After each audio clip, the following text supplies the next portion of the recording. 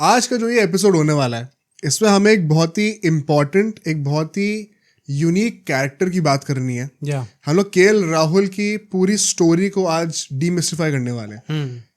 उनके क्या ओरिजिन्स थे, कैसे वो एक क्रिकेटर बने, कैसे वो राइजिंग अप द रैंक्स वाली जो पूरी प्रोसेस होती है उन्होंने फुलफिल करी, एक वो स्टार बने इंडियन क्रिकेट के जाके, कैसे कई सारी कंट्रोवर्सीज आई, कैसे उसके बाद उनकी कैसी रेपुटेशन बन गई कि ये बड़े मैच में नहीं चलते, चोक कर जाते हैं, टू द पॉइंट कि प्रेजेंट पे आकर भी उनकी पोजीशन पे इवन दो ही 30+ आज तक सवाल है कि उन्हें खेलना चाहिए कि नहीं खेलना चाहिए। और फिर यहाँ से क्या आगे उनके फ्यूचर में एक सर्टिफाइड कमबैक जिससे आज के बाद उन पर कोई क्वेश्चन ना उठाए, ऐसी कोई पॉसिबिलिटी एग्जिस्ट करती है कि नहीं करती है। आई थिंक जो टाइटल है हमारा the Prince who never became the king, उससे ही सब लोग काफ़ी लोग समझ गए होंगे। एंड हमारा बेसिकली पूरी वीडियो का जो मेन मोटिव वो यही है कि ये जो पूरी स्टेटमेंट हम लोग केएल राहुल के लिए यूज़ करते हैं वो क्यों करते हैं और उसके पीछे क्या रीज़न है।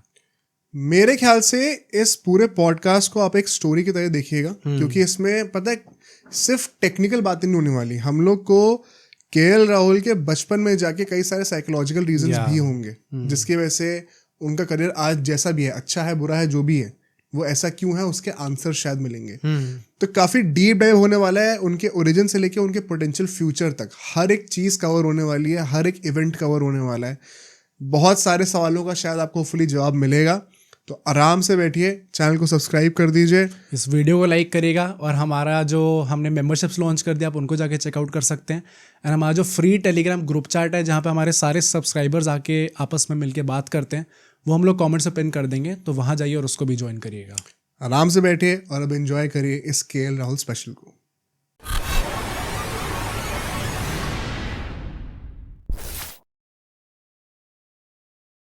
तो यार ये जो पहला सेगमेंट होने वाला है इसमें हम लोग को बेसिकली पता क्या लगाना है केएल राहुल का बचपन कैसा था और उस बचपन के चलते कैसे वो इंडियन क्रिकेट टीम में ब्रेकआउट करे। इसके पीछे ये आपको शायद सुनने में स्टार्टिंग में थोड़ा इररिलेवेंट लग रहा होगा, you would want to go and skip right to the spicy parts, but trust me ये सेगमेंट सुनना बहुत ज़रूरी है ताकि हमें समझ में आए कि उनकी अपब्रिंगिंग में से क्या क्या चीज़ें थी परहैप्स जिसकी वजह से उनके इफेक्ट्स हमें आज तक दिख रहे हैं। इस चैनल पे हमने काफ़ी सारी ऐसे बायोग्राफीज टाइप की वीडियोस करी हुई हैं, जैसे हमने विनोद कामली की करी थी, हमने पृथ्वी शॉ की कर रखी है, but I think KL Rahul की बायोग्राफी काफ़ी डिफरेंट है एंड आपको इनिशियली ही पता चल जाएगा क्यों इतनी डिफरेंट है। बेसिकली मैं आप सबको समझाता हूँ। सो केएल राहुल का जन्म 18 अप्रैल 1992 में हुआ था इन बेंगलुरु। एंड जैसे मैंने कामली और पृथ्वी शॉ की बात करी, ये लोग मतलब they came from a very humble background, उनकी फैमिलीज बहुत ज़्यादा रिच नहीं थी, बहुत ज़्यादा वेल ऑफ नहीं थी। KL Rahul on the other hand काफ़ी वेल ऑफ फैमिली से थे एंड उनके पापा जो थे वो एनआईटी के डायरेक्टर थे भाई। काफ़ी बड़ी बात होती है। उनकी जो मॉम थी वो हिस्ट्री प्रोफेसर थी एक कॉलेज में। सो बहुत ही पढ़े लिखे बैकग्राउंड से थे, काफ़ी वेल ऑफ फैमिली से थे वो। एंड नेचुरली जब आपके पेरेंट्स दोनों ऐसे, एक डायरेक्टर एनआईटी के और फिर एक कॉलेज प्रोफेसर है, तो आपके स्टार्टिंग से ही पढ़ाई पे काफ़ी ध्यान दिया जाता है। और वो चीज़ दिखती भी हमें उनकी पर्सनैलिटी में, जो एक वो टिपिकल स्टूडियस चाइल्ड वाली जो उनका एक ऑरा दिखता है हम लोग को, वो आज तक रेलेवेंट है पूरा। एग्जैक्टली। बट नाम सबसे पहले डिस्कस करते हैं हम लोग उनका। केएल राहुल का नाम राहुल कैसे पड़ा, इसके पीछे भी एक बहुत फनी स्टोरी जो कि केएल राहुल ने खुद हमें बताई है। उनकी जो मॉम थी वो शाहरुख खान की बहुत बड़ी फ़ैन थी एंड स्टार्टिंग में क्या, इनफैक्ट आज तक भी काफ़ी मूवीज़ में शाहरुख खान अपना नाम राहुल रखता है मूवीज़ में। सो दैट इज़ वाई वो चाहते थे कि उनका नाम राहुल पड़े। एंड उनके जो पापा थे वो सुनील गावस्कर के बहुत बड़े फैन थे। सो एक मैच ही कमेंट्री में उन्होंने सुना कि Gavaskar has named his child Rohan.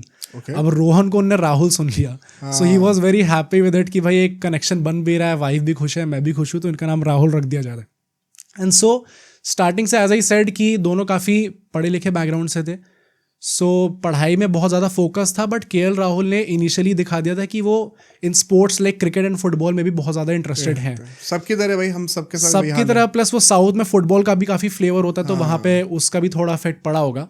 I think वो फुटबॉल को आर्डेंटली फॉलो भी करते हैं ना। कौन सी टीम के फैन है? यूनाइटेड, चेल्सी में से कोई होंगे सारे क्रिकेटर्स हमारे इंडिया के। रोनाल्डो फैन तो हैं, ये तो मुझे पता है, बाकी मुझे आई एम नॉट श्योर कि कौन सी उसको करते हैं फॉलो। बट वो तो सेलिब्रेशन भी करते थे ना वैसे टाइप का। बट उनने पढ़ाई के साथ साथ थोड़ा स्पोर्ट्स में भी फोकस करना स्टार्ट करा। एंड उनके जो फादर थे, एज ए सेड, वो क्रिकेट फैन थे, गावस्कर फैन थे। ठीक है। तो उन्होंने केवल 11 साल की उम्र में उनको एक क्रिकेट अकेडमी में डाल दिया था। एंड क्रिकेट अकेडमी के जो उनके कोच थे सैमुअल जयराज, उन्होंने स्टार्टिंग से ही पिक कर लिया भाई कि इस बंदी की टेक्निक, फ्लेयर, टाइमिंग थोड़ी डिफरेंट है। मतलब आई गेस जितने भी हमने ऐसी बायोग्राफीज कवर करी है या फिर जो नॉर्मल हमने इतने सारे अच्छे अच्छे प्लेयर्स को भी कवर करा है, सबकी ऐसी स्टोरी होती है कि वो कोच के पास जाते हैं और कोच कुछ ना कुछ पता लगा लेता है कि एक वो थोड़ा डिफरेंट तरीके से बैट चलता है, टाइमिंग थोड़ी अलग है, फ्लेयर अलग है।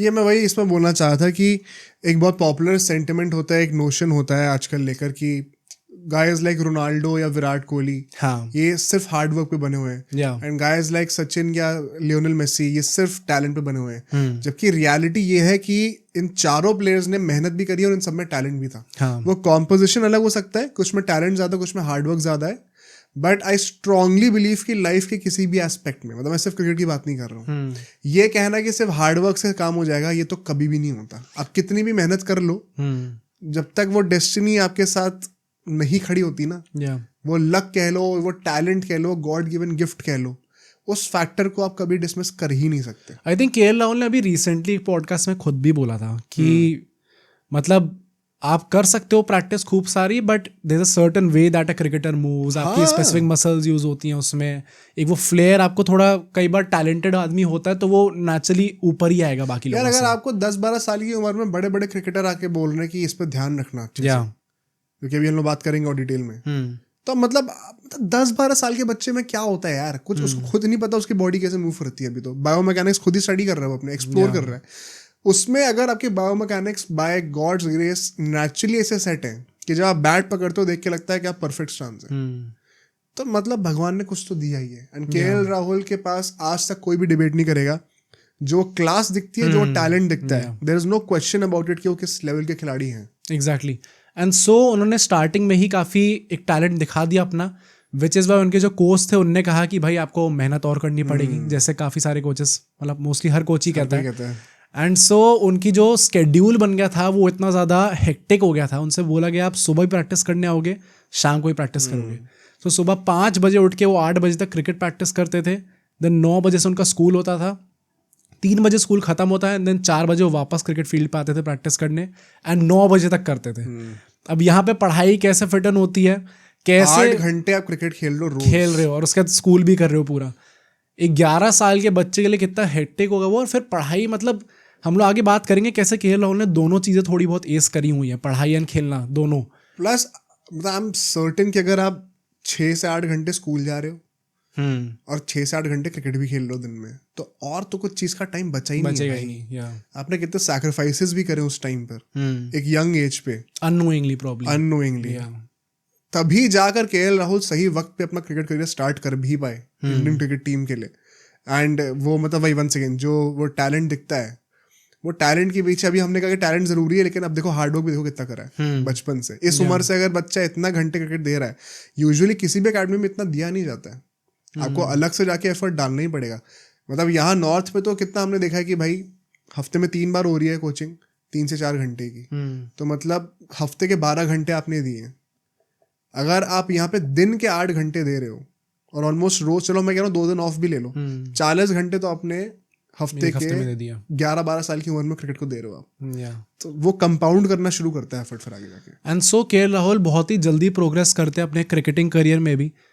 12 साल की उम्र में 2004 में वो अंडर 13 स्टेट लेवल के लिए सिलेक्ट हो जाते हैं, एंड वहाँ पे वो 2 डबल सेंचुरी भी मार देते हैं, और उनमें से 1 डबल सेंचुरी चिन्ना स्वामी स्टेडियम में आई थी। ऑलरेडी आप चिन्ना स्वामी स्टेडियम में डबल सेंचुरी, ये भी कितना वियर्ड है, क्योंकि साउथ में, इवन मुंबई में हमने चीज़ सुनी कि बहुत जल्दी लोग स्टेडियम लेवल तक अपने वांखड़े में पहुंच जाते हैं, चिन्ना स्वामी पहुंच जाते हैं। नॉर्थ में दिल्ली विल्ली में तो वहां तक पहुंचना बहुत ही ज्यादा डिफिकल्ट होता है। बट जस्ट टेल्स यू कि क्रिकेटिंग कल्चर कितना अच्छा है वहां। अगर आपको बचपन से एक प्रॉपर स्टेडियम में खेलने का एक्सपोजर मिल रहा है, हाँ, आपको भी चीजें रियलाइज होती है ना कि एक अच्छी पिच पे बैटिंग करके क्या एक्सपेक्ट करना है बॉल से, बाउंड्रीज कितनी लंबी होती हैं, मुझे बड़े होके वहां पे छक्के मारने, आदमी एक एस्टिमेशन दिमाग में लगाना शुरू कर देता है। तो स्टेडियम में खेलने का फील अलग है, let's just put it that way. एक नॉर्मल आप ग्राउंड में खेल रहे हो बुक करके और स्टेडियम में खेल रहे हो, आउटफील्ड कैसी होती है भाई, आपको डाइव मारने को मिल रहा है वहाँ पे, कितनी बड़ी बात होती है। छोटी छोटी चीजें हैं जो कि बचपन में अगर आपको एक्सपोजर मिल जाए, goes a long way.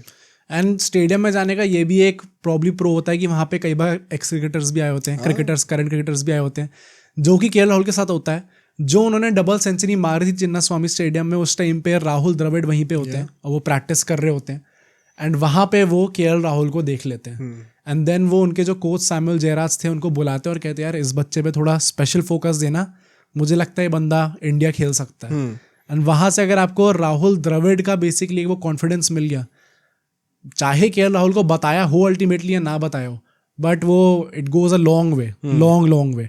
And so यहीं पे वो प्रैक्टिस करते करते और बेटर करते अपनी स्किल को, एंड जल्दी अंडर 15 के लिए भी सिलेक्ट हो जाते हैं जहाँ पे वो 3 सेंचुरी मारते हैं। करेक्ट। अब 15 साल की उम्र तक आदमी जो होता है वो अपनी 10th पास कर रहा होता है, एंड सो केएल राहुल ने 10th पास करते हुए 89% मारे थे भाई। मतलब आपने अभी तक 2 डबल सेंचुरी भी मार दी है ऑफिशियल गेम्स में, 3 सेंचुरी भी मार दी है अभी, और आप 89% भी ले आए हो। वंस अगेन अगर आपको लग रहा है कि ये क्या इंपॉर्टेंट है स्टोरी के लिए, ये बहुत इंपॉर्टेंट होने वाला है, इसको ध्यान से सुनना इस पार्ट को। बट ये कोइंसिडेंस नहीं है कि केएल राहुल बच्चों ने पढ़ाई में भी अच्छा कर रहे हैं, बैटिंग में भी अच्छा कर रहे हैं, क्रिकेट में अच्छा कर रहे हैं बेसिकली, एंड ये जो एक स्ट्रिक्ट पर्सोना बन रखा है उनके स्ट्रिक्ट डिसिप्लिन के साथ लाइफ में, ये आगे जाके डेफिनेटली एक रोल प्ले करने वाला है उनके करियर में, एक पॉजिटिव तरीके से भी, एक नेगेटिव तरीके से भी। ओके, सो 10th वो पास करते हैं, एंड एज आई सेड उनके जो फादर थे वो एनआईटी के डायरेक्टर थे, वो चाहते थे कि भाई हमारा लड़का इंजीनियरिंग परस्यू करे, एंड सो उनने बोला कि भाई तुम एनआईटी आ जाओ और यहाँ पे अपनी फर्दर स्टडीज जो है वो परस्यू करो। बट 10वीं तक आते आते बच्चों में भी थोड़ा दिमाग आ जाता है, एंड केएल राहुल को समझ में आ गया कि भाई मेरे को इंजीनियरिंग नहीं करनी, मुझे जाके क्रिकेट परस्यू करना है। एंड सो इंजीनियरिंग और एनआईटी से बचने के लिए उन्होंने कहा कि भाई मैं कॉमर्स ले लूंगा, एंड मैं बीकॉम परस्यू करने वाला हूँ अल्टीमेटली। आर्ट्स ही ले लेते भाई, हाँ, अच्छा करने का तो आप आर्ट्स ही ले लेते, बट यहाँ पे बीकॉम करने के लिए वो जाते हैं। शायद वही है ना कि कई बार हम ये भी तो सुनते हैं काफ़ी बच्चों से कि जिनके मदर फादर दोनों ऐसे साइंस बैकग्राउंड से होते हैं, वो कहते हैं चलो कॉमर्स तक हम समझ सकते हैं, बट आर्ट्स नहीं लेनी है तुम्हें। हाँ मतलब प्लस क्या पता उनको भी लगा हो कि भाई कुछ ना हुआ तो एटलीस्ट बीकॉम तो हाँ कुछ तो। ऑल्दो आई डिसएग्री, मुझे लगता है कि ये जो इंडिया में हायरार्की बना रखी है साइंस ऊपर, अब तो आई थिंक टूट भी रही है, अब तो टूट भी रही है, सब इक्वल होता है भाई। हाँ तो बिल्कुल है। या यहाँ से हम लोग अपने नेक्स्ट सेगमेंट पे चलते हैं जहाँ पे हम लोग डिस्कस करेंगे कैसे केएल राहुल धीरे धीरे चमकते सितारे बनते हैं, हिज राइज टू फेम कैसे होता है, कैसे वो इंडियन टीम में जो उन्होंने ब्रेकआउट करा अल्टीमेटली, उसके पीछे की वो क्या मेहनत रही है डोमेस्टिक क्रिकेट में, वो आपको यहाँ पे दिखने वाली है।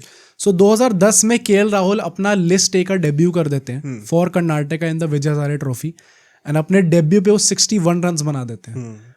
अब जब आप लिस्ट ए पहुंच गए हो, by the time you are around 18, 12वीं आपने पास कर ली प्रॉब्ली, यहाँ तक आते आते फिर आपको एक कॉल लेनी पड़ती है आई थिंक सबको अपने करियर में, कि आपने एक तो लिस्ट खेल लिया तो एक वो अश्योरेंस भी मिल जाती है आपको कि आप आगे जाके और अच्छा कर सकते हो। You have what it takes to play for India, अगर आप लिस्ट खेल रहे हो तो। हाँ, बट वही है कि आपको फिर उस पर 100% फोकस देना पड़ेगा। So that is why KL Rahul ने अपने डेब्यू के बाद ये डिसाइड कर लिया था कि भाई अब मैं क्रिकेट पर फोकस करने वाला हूँ और पढ़ाई थोड़ा बैक सीट लेगी अब यहाँ पे।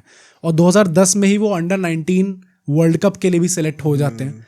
अनफॉर्चुनेटली उनका अंडर 19 वर्ल्ड कप बहुत अच्छा नहीं जाता, एंड वो सिर्फ 143 रन मार पाते हैं, जिसके चलते वो होप कर रहे थे कि अगर मैंने अंडर 19 वर्ल्ड कप अच्छा खेल लिया तो मैं रणजी खेल जाऊंगा भाई इस साल।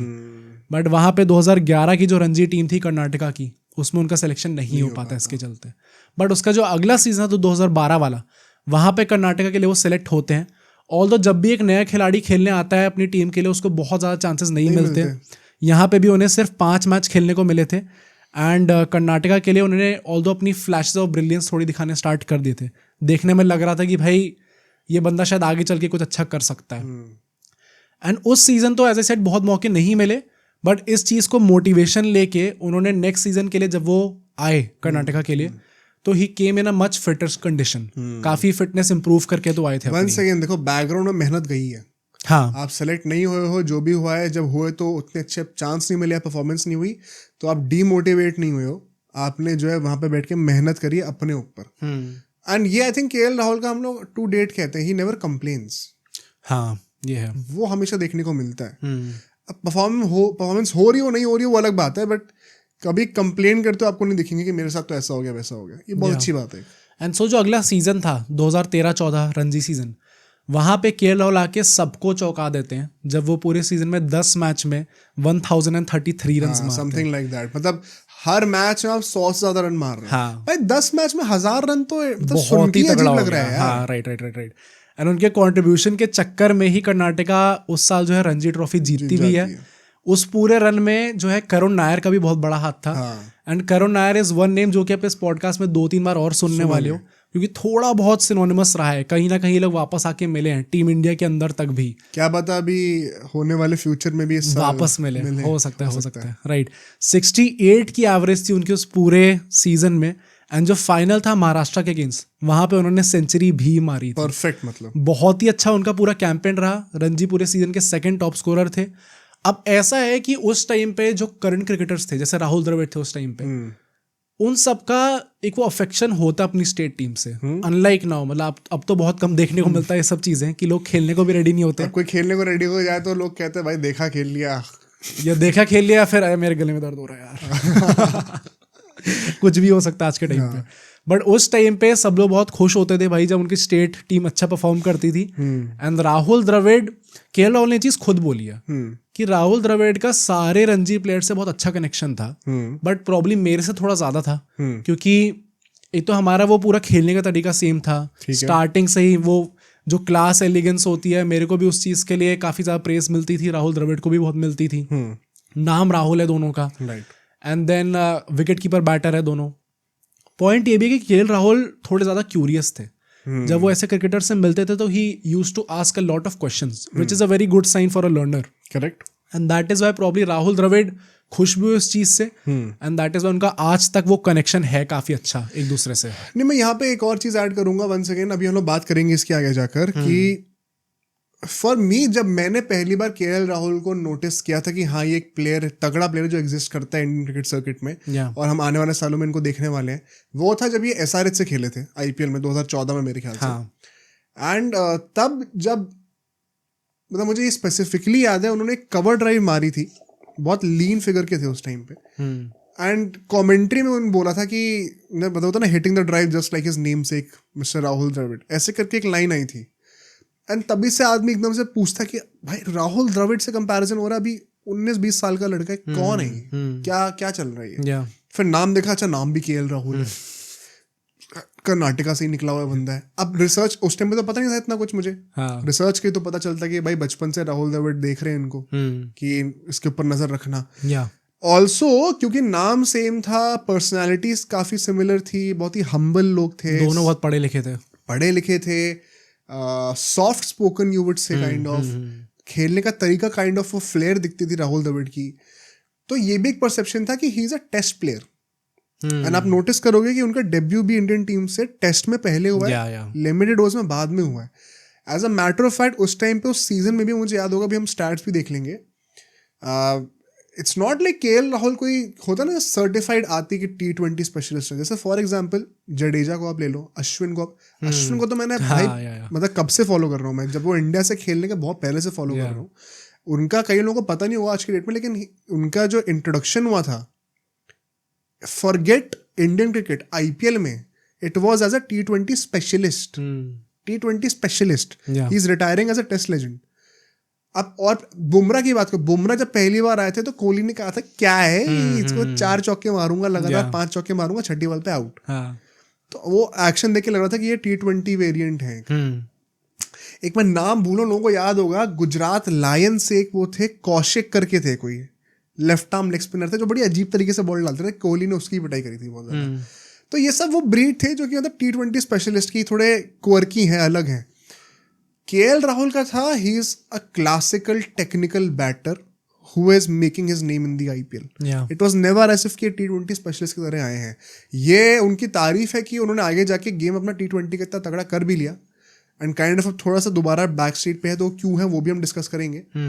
बट उनके जो ओरिजिन्स थे, वो जिस तरीके से सीन पे ब्रेकआउट करे थे, उनका जो परसेप्शन था, एक्सपर्ट्स फैंस अलाइक सबके दिमाग में था राहुल द्रविड़ से कंपैरिजन, एंड हेंस दिखता भी था बैटिंग में, टेस्ट में नाम बनाएंगे आगे। आई थिंक कोई भी खिलाड़ी जिसका एक जो टेक्निकली बहुत गिफ्टेड होता है, जो क्रिकेटिंग शॉट्स खेलता है, करेक्ट, आज की डेट में तो बहुत कम ऐसा होता है कि हम लोग उसको एसोसिएट करते हैं कि अच्छा ये T20 खेलता है। सबका T20 वाला यही है कि जो थोड़े डिफरेंट शॉट्स मारेगा।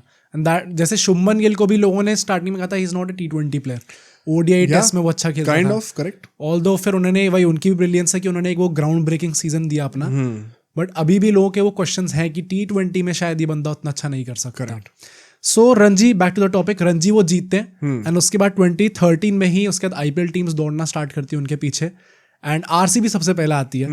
एंड आरसीबी की तरफ से वो अपना डेब्यू करते 2013 में। One second, I did not remember कि वो आरसीबी से पहले खेले थे। मेरे दिमाग में ये था कि उन्होंने एसआरएच से तो खेला है, बट आरसीबी से भी पहले खेला था, मुझे याद ही नहीं था। विच इज प्रॉब्ली बिकॉज वो उस पूरे सीजन में सिर्फ 5 मैच खेले थे और सिर्फ 20 रन मारे थे उन्होंने, और उसके बाद उनको हटा भी दिया गया था वहां से। अगले साल चले गए थे। मतलब ये भी बड़ी पेक्यूलियर चीज है कि अच्छा आपने कर्नाटका का ही लड़का लिया है, लोकल बॉय लिया है, इतनी तारीफें हैं। राहुल द्रविड़ ने खुद कहा कि ये तगड़ा बंदा है। राहुल द्रविड़ आपकी फ्रेंचाइज से खेले भी हुए हैं, पर आपने एक ही सीजन के बाद हटा भी दिया, थोड़ा सा भरोसा भी नहीं दिखाया। जबकि सरप्राइजिंग तो नहीं है, जबकि प्रॉपर चांसेस तक नहीं मिले थे उसके बाद भी आपने बिल्कुल भी भरोसा नहीं दिखाया। वो थोड़ी मतलब sad gate is typical RCB. Although हम लोग यहाँ से अपने नेक्स्ट सेगमेंट पे चलते हैं, जहाँ पे हम लोग बात करेंगे कैसे वो नेशनल टीम में ब्रेकआउट करते हैं एंड कैसे वो वहां पे आके एक वो राइजिंग स्टार बनते हैं। फाइनली कैसे उनका डेब्यू हुआ और वहां पे आके जो एक सडन दिखता ना फ्लेयर की भाई ये नेक्स्ट बिग थिंग है। और ये भी एक बहुत इंपॉर्टेंट नैरेटिव होने वाला है। कई लोग शुभमन गिल को वो बोलते हैं चीज, was he really supposed to be that, या फिर कोई और भी बंदा था बीच में? जो हम प्रिंस कहते हैं गिल को, प्रिंस से पहले, गिल से पहले जो प्रिंस था वो एग्जैक्टली कैसे बने थे केएल राहुल, उसकी हम लोग बात करने वाले हैं। 2014 में एज यू ऑल्सो मेंशन, तुम्हारी पहली मेमोरी एसआरएच की तरफ से खेलते हुए थी। सो एसआरएच उनको 1 करोड़ के लिए खरीद लेती है ऑक्शन के अंदर। वन सेकेंड, 1 करोड़ में अगर आप एक अनकैप्ड प्लेयर को या फिर एक वो लेस एक्सपीरियंस प्लेयर को ले रहे हो, तो मतलब उनका प्रॉमिस बहुत बड़ा होगा। ये आज का टाइम नहीं चल रहा 10 साल बाद का कि अनकैप्ड प्लेयर्स 5, 6, 7 करोड़ में चले जाते हैं। इन्फ्लेशन बहुत है यार, मतलब फर्क पड़ा है बहुत ज्यादा यार। हाँ, तो बड़ी बात थी मतलब उस टाइम पे। या ऑल्दो उस सीजन भी वो एसआरएच की तरफ से बहुत कुछ खास इंप्रेस नहीं कर पाते, ना वो बल्ले से अपने रन बहुत बना पाते हैं, ना एक वो स्ट्राइक रेट वाला जो इम्पैक्ट लोग कहते हैं, ना कुछ वो प्रोवाइड कर पाते हैं। But one second, it was not a surprise no, क्योंकि वही मैंने कहा कि टेस्ट ओरिजिन्स परसेप्शन वैसा है, तो इट्स नॉट एज इफ की था कि ब्रेकआउट कर जाएंगे। जैसे अश्विन का था कि आती कैरम बॉल नचा रहे हैं, ये कर रहे हैं। 2010 के आईपीएल फाइनल में उन्होंने वो गेल को आउट कर दिया पहले ही ओवर में। क्या क्या चल रहा था मतलब उस टाइम पे? तो 10 का था, 11 का था, I don't remember exactly, but KL Rahul के साथ कभी वो चीज अटैच थी नहीं। इसीलिए जब उनका T20 का एवोल्यूशन आया तो it was a big surprise for everyone. अभी डिस्कस करेंगे कैसे हुआ, राइट। ऑल्दो आईपीएल खत्म होने के बाद जो दुलीप ट्रॉफी थी, जो फाइनल वहां पे साउथ जोन और सेंट्रल जोन का था, and KL Rahul south zone की तरफ से खेल रहे थे, वहां पे वो अगेन इंप्रेस करते हैं जब वो फाइनल की दोनों इनिंग्स में सेंचुरी मार देते हैं। पर उसके बाद भी साउथ जोन 9 रन से वो मैच हार जाती है। Correct, but at least he did his job, and बहुत अच्छी तरीके से अगर आप फाइनल में ऐसे दोनों इनिंग्स में सेंचुरी मार देते हो तो तुरंत आपके शाउट्स आते हैं, अच्छा दिलीप ट्रॉफी के फाइनल में ये लड़का था, इसने वो मारे थे। प्लस जब ऑलरेडी इतना आपको सर्किट में नाम हो और ऊपर जो है राहुल द्रविड़ भी आपको देख रहे हो, तो डेफिनेटली ये चीज होनी थी। एंड सो 2014 के एंड में जब बीजीटी थी, जो कि बहुत आइकॉनिक सीरीज होती है, हमने पॉडकास्ट भी बनाया था इसके ऊपर, जो कि जहाँ पे विराट कोहली को कप्तानी दी जाती है और धोनी रिटायर कर जाते हैं, वो वाली सीरीज थी। उसमें केएल राहुल का भी मेंशन हुआ था उसमें भी, और इसमें हम लोग थोड़ी और डिटेल में बात करेंगे। बहुत आइकॉनिक सीरीज है यार, आपको वो पॉडकास्ट जरूर देखना चाहिए। उससे इतने सारे टॉक पॉइंट्स हैं। धोनी के रिटायरमेंट के पीछे क्या सच था, क्यों रिटायर हुए थे वो एकदम से, कोहली के कप्तानी में एकदम से इंडिया कैसे राइज करी, कोहली का खुद का पर्सनल फॉर्म भाई, इंग्लैंड से वो स्ट्रगल कर आ रहे थे, उसने 4 सेंचुरी मार दी थी कुछ महीनों में। मिचेल जॉनसन के साथ जो पूरा डुएल था सबको याद होगा। बट इन सब चीज़ों के बीच में एक अंडररेटेड नैरेटिव ये भी था कि एक नया लड़का आ रहा है केएल राहुल करके, एंड वो भी उनका डेब्यू भी वहीं पे हुआ था। एंड केएल राहुल का मतलब इट वाज नॉट कंफर्म कि चलो ये डेब्यू कर देगा। इनको इनिशियली इंडिया ए की तरफ से भेजा गया था ऑस्ट्रेलिया ए से खेलने के लिए। करेक्ट। एंड उसमें 2 मैचेस में उन्होंने 101 रन बना दिए थे। एंड सो फिर थोड़ी सी वो बात हुई जैसे अभी अभिमन्यु ईश्वरन की हुई थी कि भाई अच्छा इसको खिला सकते हैं, ऑल्दो उसको खिलाया नहीं गया। यहाँ पे केएल राहुल को चांस मिलता है जब 3rd टेस्ट मैच, हाँ, धोनी का last test match, KL Rahul का पहला टेस्ट मैच, तो ऐसे सोचो तो थाला को हम क्रेडिट दे सकते हैं यहाँ पे। हाँ। केएल राहुल को डेब्यू कराया उन्होंने। हाँ। वहां पे वो डेब्यू कराते हैं, although KL Rahul had a horrendous debut. जब वो बैटिंग से तो कुछ 2 इनिंग्स में 4 रन बनाते हैं, बट जिस तरीके से वो आदमी आउट हुआ था, अभी हमने बात करी कि he is a test specialist, class Rahul Dravid वाली एसोसिएट होती है, बट जिस तरीके से कोई बंदे को, मतलब आई वुड अर्ज एवरीवन की जिसके हाइलाइट्स देखना एक बार वो जाके, जिस तरीके से है, हाँ, जिस तरीके से वो आदमी आउट हुआ था, आपको लगेगा भाई ये क्या कर रहा है। रैश शॉट खेल के क्रॉस बैटेड टॉप एज लग रही है, इम्पेशंस दिख रहा है, वो जो टेम्परामेंट है टेस्ट बैटर का वो एकदम से गायब होता हुआ दिख रहा है। और this is not the only thing of that game. उन्होंने 2 इनिंग में, उस मैच में 2 इनिंग खेली थी, 4 रन टोटल थे उनके। 4 रन टोटल थे, प्लस फील्डिंग करते हुए स्लिप्स पे उन्होंने डेविड वार्नर और क्रिस रॉजर्स दोनों का कैच ड्रॉप करा था। क्रिस रॉजर्स जाके 95 बनाते हैं और डेविड वार्नर जाके 101 रन बनाते हैं। क्रिस रॉजर्स इनको नहीं पता उस टाइम पे ऑस्ट्रेलिया के ओपनर थे। या तो अब देखो यहाँ पे ये देखो बहुत इंटरेस्टिंग बात है, इस इंसिडेंट को एक बार एक्सप्लेन करो पूरा। सो जब उन्होंने कैच ड्रॉप करे, उसके बाद उनका प्रॉपर जो वो होता है ना कि यार एकदम ही मोरल डाउन हो जाना कि आदमी नीचे सर करके खड़ा है, फिर रहाने को आना पड़ रहा है, जो कि रहाने खुद भी बहुत सीनियर खिलाड़ी नहीं थे उस टाइम पे। रहाने आके कह रहे कि अरे कम ऑन यार, happens to the best of us. उसके बाद ये ड्रिंक्स ब्रेक वाला सीन था जहाँ पे सारी टीम आपस में मतलब वही पानी वानी पी रहे थे, डिस्कस कर रहे थे, और केएल राहुल अकेले खड़े थे एकदम दूर। तो प्रॉपर दिख रहा था कि वो बंदा जैसा उसने सोचा था डेब्यू होगा वैसा हुआ नहीं, और उसके चक्कर में मोरल इतना डाउन हो गया कि पूरे मैच में फिर वो परफॉर्म किसी भी एस्पेक्ट में नहीं कर पाया। अब यहाँ से मेन मीट शुरू होता है। मैं सबको कहूंगा एक बार वीडियो पॉज करके ये सवाल का जवाब दो, क्या आपको लगता है कि ये कोइंसिडेंस था कि ये चीज केएल राहुल के साथ ही क्यों हुई है? हमने इतने सारे प्लेयर्स को देखा हुआ है कि वो अपने डेब्यू पे आके 100 भी मार देते हैं। केएल राहुल अपना डेब्यू कर रहे हैं, the one thing that he has wanted so much ever since he has started playing, और उसमें आके उनसे एक गलती क्या हो जाती है कि उनके कंधे गिर जाते हैं, टू द पॉइंट कि वो टीम से अलग खड़े हुए हैं, अपने आप को डाउट कर रहे हैं कि क्यों हुआ, ये कैसे हुआ। लोगों को आके उनको चीयर अप करना पड़ रहा है। आइडियली देखा जाए तो एक 20-21 साल के लड़के के साथ अगर इतने बड़ा स्टेज पे कुछ ऐसा हो रहा है तो बहुत नॉर्मल है ये होना, but cricketers of that pedigree are not normal, उनकी मेंटालिटी अलग होती है। मतलब केएल राहुल का जो पूरा हम लोग आज तक एसोसिएट करते हैं कि a lot of it has to do with his psychological big game player जब जो बनना है उसके लिए साइकोलॉजिकली टफ ज्यादा होना, प्रेशर आता है तब वो परफॉर्म नहीं कर पाते। क्या ये मतलब 10-11 साल से ये चीज चलती है? डेब्यू से थोड़ी चीजें हमें दिखनी शुरू हो रही हैं। और ये वंस अगेन इसके लिए इंपॉर्टेंट है वो आप पहला सेगमेंट दोबारा देखिए, जो उनकी अपब्रिंगिंग रही है। This is once again just my thought and my opinion on this. But अगर आपको बचपन से ही इतना वो करा जा रहा है कि पढ़ाई में भी ऐसा होना है, क्रिकेट में भी ऐसा होना है, आप दिन में 8-8 घंटे दोनों चीज़ों को दे रहे हो, कुछ और करने का टाइम है नहीं, बहुत ज़्यादा डिसिप्लिन्ड है घर वाले पढ़ाई के मामले में, टू द पॉइंट कि केएल राहुल कहते हैं लॉकडाउन के टाइम पे उनकी मम्मी कहती थी कि भाई अभी डिग्री कर लो, खाली बैठे हो, तो उस लेवल का है मतलब पेरेंटिंग रही है। आई थिंक इसीलिए केएल राहुल इतने रिजर्व्ड और शाय टाइप के भी हैं। मतलब आई थिंक ये भी, और प्लस अभी हमने जैसे डिस्कस करा वो पढ़ाई और क्रिकेट दोनों एस करते आ रहे हैं अपने स्टार्टिंग से ही, और अब एक पहली बार ही आके वो एक थोड़ा सा फेलियर दिखा। हाँ कि भाई मेरे को जहाँ पे मुझे पहुंचना था वहां पे आके एकदम से ऐसा क्या हुआ जो मैं एक्सपेक्ट कर रहा था कि मेरा ड्रीम डेब्यू होगा, वैसा हुआ ही नहीं एकदम। कॉन्फिडेंस की कमी थी। एंड धोनी ने एक बहुत बढ़िया बात कही थी कि मैं हमेशा एक कम टैलेंट वाले कॉन्फिडेंट लड़के को चुनूंगा ओवर बहुत ज्यादा टैलेंट वाले एक अंडर कॉन्फिडेंट लड़के को, क्योंकि वो जो कम टैलेंट वाला कॉन्फिडेंट लड़का होगा ना वो उतने टैलेंट में भी रिजल्ट निकाल के दे देगा, बट जो बंदे में बहुत टैलेंट है लेकिन उसमें कॉन्फिडेंस ही नहीं है अपने टैलेंट पर, वो कुछ नहीं कर पाएगा। आई थिंक काइंड ऑफ हम थोड़ा बहुत ये देख रहे हैं कि KL Rahul was definitely mentally affected by जो भी 2-3 चीज़ें उनके डेब्यू मैच में हुई हैं। एंड ये वंस अगेन ये कोइंसिडेंस नहीं है, ये केएल राहुल अब ऑफ कोर्स केएल राहुल कोई कैच छोड़ देंगे तो इतना अफेक्ट नहीं होंगे, अब वो वन ऑफ द सीनियर्स आ चुके हैं। बट बात ये है कि वो मेंटालिटी जिस टाइप की है, थोड़ी सी फ्रेजिलिटी हमें स्टार्टिंग से दिख रही है कि वो इफेक्ट ज्यादा हो जाते हैं चीज़ों से, थोड़ा सा ऐसा लगता है देख के। I think good example is as we said, हमने जो पॉडकास्ट करी थी 2014 बीजीटी वाली, उसमें विराट कोहली बहुत गंदे फॉर्म से आ रहे थे इंग्लैंड में, वो मतलब खोल दिया था एकदम जेम्स एंडरसन ने उन्हें, जब वो खुद कह रहे थे कि उनका प्रॉब्ली क्रिकेटिंग करियर में वो लोएस्ट पॉइंट था। उसके जब वो पहली बार बैटिंग करने आते तो मिचेल जॉनसन की बॉल उनके सर पे लगती है हेलमेट पे, और उसके बाद उनका होता है कि भाई I have to lock in और अब मैं दिखाता हूँ इस बंदे को। वही कहता है ना कई बार कि ईगो होनी जरूरी भी होती है थोड़ी सी उस लेवल पे। मतलब वो भी मुझे लगता है कि एक लेवल के बाद फिर ईगो बिल्कुल ही ना हो तो भी अल्टीमेट एम वही है, problem killing the ego. But in that process कि जितना ऊपर पहुंच रहे हो उस प्रोसेस में थोड़ी ईगो होना इट ऑलवेज हेल्प्स, क्योंकि जब पूरी दुनिया डाउट कर रही है ना तब आपको अपने आप को बताना पड़ेगा कि नहीं भाई मैं तो कर लूंगा ये, जो कि कोहली का अंदर इससे बड़ा एग्जांपल कोई भी नहीं है कि पूरी दुनिया ने कहा पता नहीं बेस्ट प्लेयर है कि नहीं। संजय मांजरेकर ने एक ट्वीट किया था उस टाइम पे, तुम्हें याद हो तो, कि ऐसी कुछ विराट कोहली के लिए कोई वेस्ट इंडीज का टूर था कि let's give him one more chance to मतलब प्रूव कि he is not meant for test cricket, something like that. Kohli की ईगो नहीं वो होगी, हीटअप नहीं होगी क्या इस चीज से, और करा ना उसने फिर वो। तो I think KL Rahul is the exact opposite, वो ईगो वाला कोई सीन ही नहीं है। In fact KL Rahul is so humble, हाँ कोई इशू ही नहीं है ऐसा। कोई कुछ भी बोले ultimately it is very rare to see KL Rahul कुछ भी भड़केंगे उस चीज पे। बिल्कुल नहीं, बहुत सबड्यूड है, बहुत रिजर्व्ड लगते हैं देखने में, बट उसका ये डाउन साइड भी मुझे लगता है।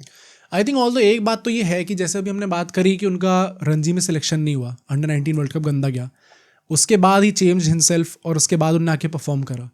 इसमें भी उनका डेब्यू अच्छा नहीं गया बिल्कुल भी, बट अगले मैच में जब धवन को ड्रॉप करा जाता है और केएल राहुल को ओपनिंग भेजी जाती है, अभी वो नंबर 6 पे खेल रहे थे एंड वो थे ओपनर एक्चुअली में, ओपनिंग पे आते ही वो सेंचुरी मार देते हैं। करेक्ट। एंड वहाँ पे मैच तो अल्टीमेटली ड्रॉ होता है और वो इंडिया सीरीज जो है वो 2-0 हार जाती है, बट ओवरऑल देखा जाए तो एटलीस्ट उन्होंने कम बैक करा नेक्स्ट मैच में आते ही। नहीं, मुझे तो वो याद है पूरा, मैंने लाइव देखा था, विराट कोहली को जाके हक भी करते हैं या थैंक करते हैं कि भाई यू ट्रस्टेड मी एंड इसलिए मेरा सेंचुरी मारी है। तो केएल राहुल का भी वो जो एडमिरेशन है कोहली के लिए वो पहले मैच से दिख रहा था भाई कि ये यहाँ से है and he looks up to him. This also meant कि मीडिया थोड़े से वो सीड सो करने शुरू कर देगी कि नेक्स्ट बिग थिंग, सक्सेसर, क्योंकि इस सीरीज के आते आते विराट कोहली अब ऑफिशियली इंडिया के कप्तान बन चुके थे।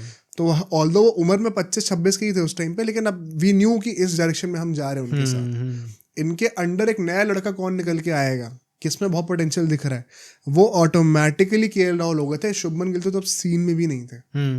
केएल और वो suppose to be that guy. 14 में उनने तो अभी तक अंडर 19 वर्ल्ड कप भी नहीं खेला था शुभमन गिल ने, उनका तो 17 में जाके आया था। तो मेरे 14-15 साल के थे भाई तब। हाँ राइट। बट उसके बाद जो है बीजीटी में उनने लास्ट में सेंचुरी मार दी, एक हाई पे एंड करा, and that is why BGT के बाद उनका कॉन्फिडेंस थोड़ा बढ़ गया था। एंड सो फरवरी में जो एक वो एलीट लेवल का उनकी परफॉर्मेंस होती है वो हमें दिखती है जब वो रणजी मैच में यूपी के अगेंस्ट 337 रन मारते हैं in a single innings. I think first Karnataka player है। हाँ, first Karnataka player in Ranji trophy to score a triple century. That is crazy भाई, एक्चुअली बहुत तगड़ी परफॉर्मेंस थी। एंड ये जो पूरा उनका अच्छा फॉर्म था उसके चलते हुए भी अल्टीमेटली वो जो लिमिटेड ओवर्स की बात आती है उसमें वो कुछ खास परफॉर्म नहीं कर पाए थे आईपीएल के अंदर। एसआरएच की तरफ से वो 2015 में से 142 रन मारते हैं 9 मैचेस में। तो अभी भी आपको दिख रहा है कि वो टेस्ट में चलो उन्होंने सेंचुरी मार दी, फिर रणजी ट्रॉफी में आके 332 मार दिए, बट उसके बाद भी लिमिटेड ओवर्स में ही स्टिल स्ट्रगलिंग, एक वो अपना मार्क नहीं छोड़ पाए अभी तक। And once again nothing very surprising about it.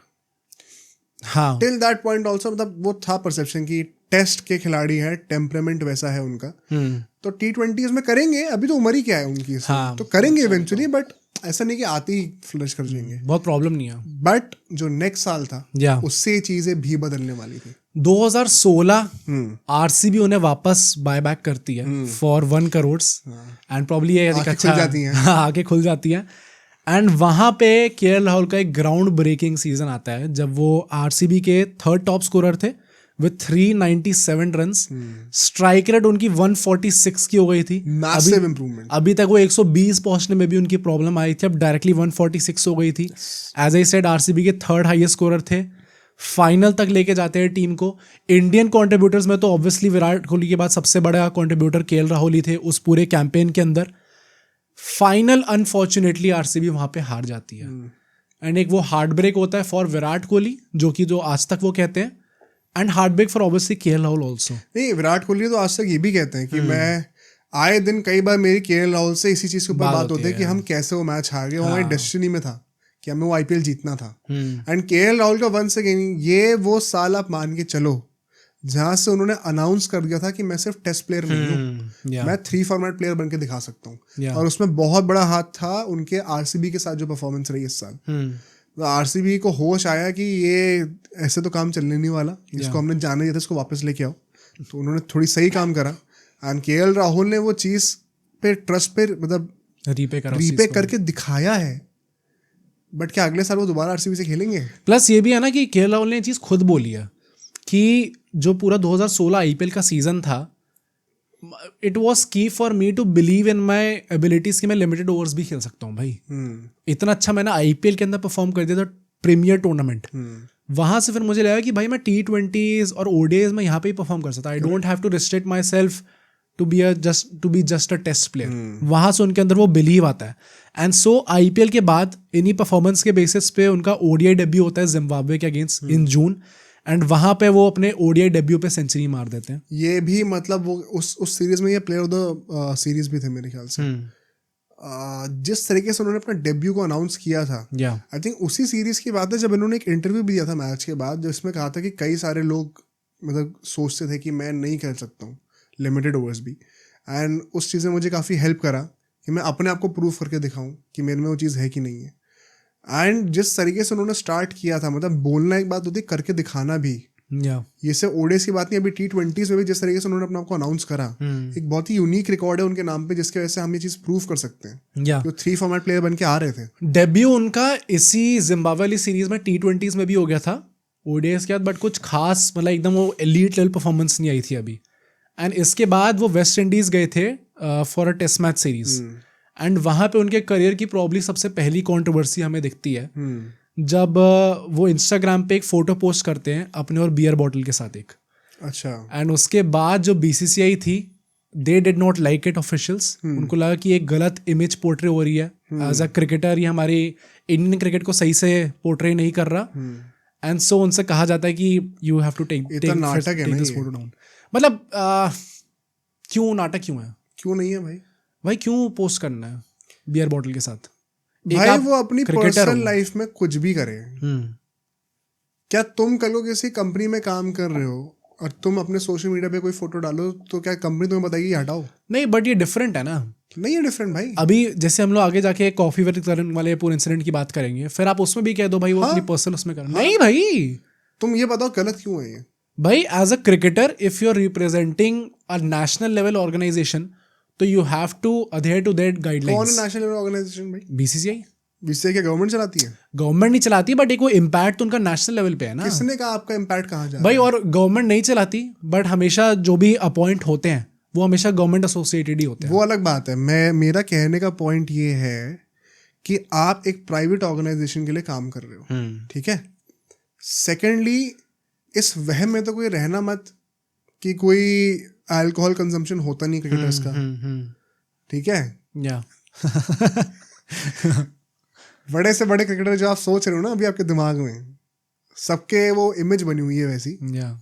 हर कोई करता है, ठीक है।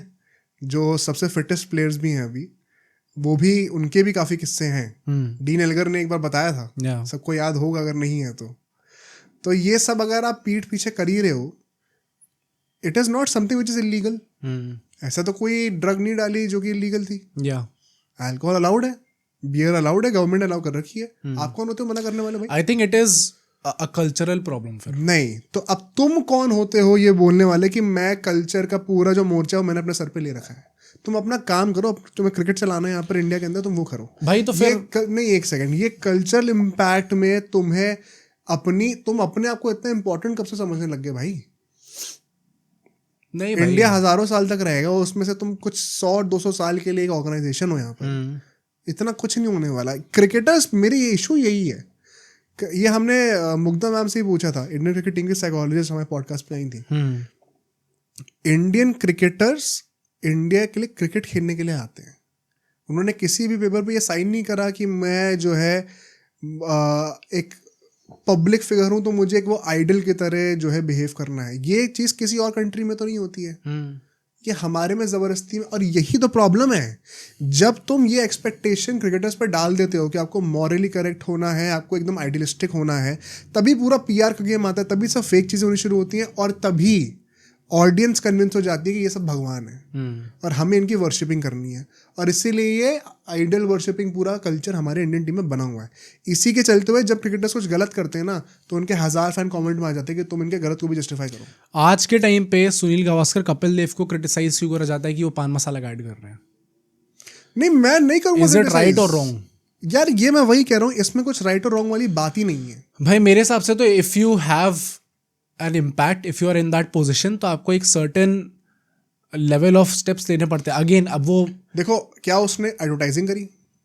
नहीं, बट मतलब ये ऐसे तो फिर भाई, अगर कोई आदमी नॉर्मल पान मसाला खाते हुए वो पोस्ट कर दे अपना, तो ही इज नॉट एडवर्टाइजिंग, बट एक वो अफेक्ट तो जा रहा है ना ऑडियंस की तरफ। क्या उसने पैसे लिए थे उस बियर बॉटल के साथ फोटो डालने के लिए? वो नॉर्मली खड़ा हुआ था, उसके हाथ में वो थी, उसने सोचा भी नहीं होगा ये करने से। हाँ, उसके लिए आप उसको रिप्रीमांड क्यों कर रहे हो?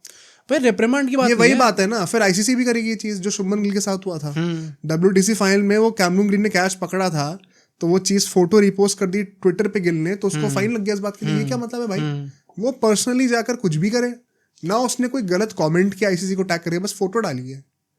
आपके दिमाग में वो खोट है कि आप इंटरप्रेट कर रहे हो कि मेरे पे शॉट्स ले रहे हैं। क्या फिर बीसीसीआई के पास ये राइट है कि भाई अगर नहीं मानना तो फिर जाओ यहाँ से, फिर वो ठीक भाई होगा? बीसीसीआई फिक्सिंग को लेके तो कर नहीं पाती है। नहीं तो जो चीज गलत है वो तो है ही ना। क्या अगर फिक्सिंग के लिए नहीं कर पाती तो वो तो गलत है ही। बियर की बॉटल हाथ में रखना गलत कहाँ से? मैं बियर की बॉटल की बात नहीं कर रहा, मैं कह रहा हूँ अगर फिक्सिंग के लिए नहीं कर पा रहे तो वो तो है ही गलत कि वो बेवकूफ है फिर नहीं कर पा रहे तो। और प्लस बीसीसीआई ने अपने हिसाब से तो करा ही है। तो that is also under the shade. अभी हमने चंद्र सर के साथ बात करी थी तो मतलब कोर्ट ने चलो उनको वो दे दिया, बट स्टिल उन्होंने अपना बैन लगाया। अब वो पॉइंट है कि उन्होंने अपने लिफ्ट कर दिया, फिर अपनी अब आप कोच भी बन जाओ आके, अब आप इस टीम को, इस स्टेट टीम भी संभाल लो, अब आप हर चैनल पे जाकर चैनल पे वो सब भी करो। हाँ वो सब बेवकूफ़ी है। बट आई थिंक मतलब ये चीज़, ये तो एक 22, 23, 24 साल के बंदे से एक्सपेक्ट करना गलत है। बट भाई किसी से भी एक्सपेक्ट करना गलत आई थिंक अगर कोई आदमी लीगल काम नहीं करा तो आपको क्या प्रॉब्लम है? एक लेवल पे जब एक आदमी पहुंच जाता है तो उसके बाद एक वो सोशल रिस्पॉन्सिबिलिटी होती है तो ये वरना फायदा क्या आपकी पावर का? उसने पावर के लिए तो क्रिकेट खेला ही नहीं है पहली बात भाई जो भी एक कॉन्सिक्वेंस स्टेटस आता है ना, consequence that he did not ask for. मतलब अगर उसको नहीं कर, अगर उसको करना है तो करो, but then you are not a responsible अगर सिटीजन। तुम प्रॉब्लम पता क्या होती है लोगों के, यही चीजें पिक्चरों के लिए भी लोग बोल रहे होते हैं। जब भी कोई ऐसी पिक्चर आती है तो ये सब चल रहा होता है, ये हमारे कमेंट्स में आ रहा होता है ये सब कि इस पिक्चर के बारे में क्या ख्याल है, इसके बारे में। प्रॉब्लम क्या होती है, nobody has the moral right to जज कि क्या मॉरली सही है और क्या गलत है। क्योंकि जब तुम, अब मैं बताता हूँ, तुम विराट कोहली के फैन हो, क्या विराट कोहली जो गाली गलौज कर रहा है वो सही है? तो बीसीसीआई बैन क्यों नहीं कर रही फिर उसको? वो मतलब बच्चों पे गलत इम्पैक्ट डाल रहा है। नहीं फिर वो है ना कि आप एक या तो एक एक्सट्रीम लेवल पे जा रहे हो। नहीं तो beer is not extreme. No भाई एक स्पोर्ट खेलने के लिए फिर आप, सिगरेट भी एक्सट्रीम नहीं है भाई, वो भी करने दो, वो इलीगल नहीं तो है। लोग करते हैं, हमें पता नहीं पर है। क्या फिर ओपनली करना चाहिए उन्हें?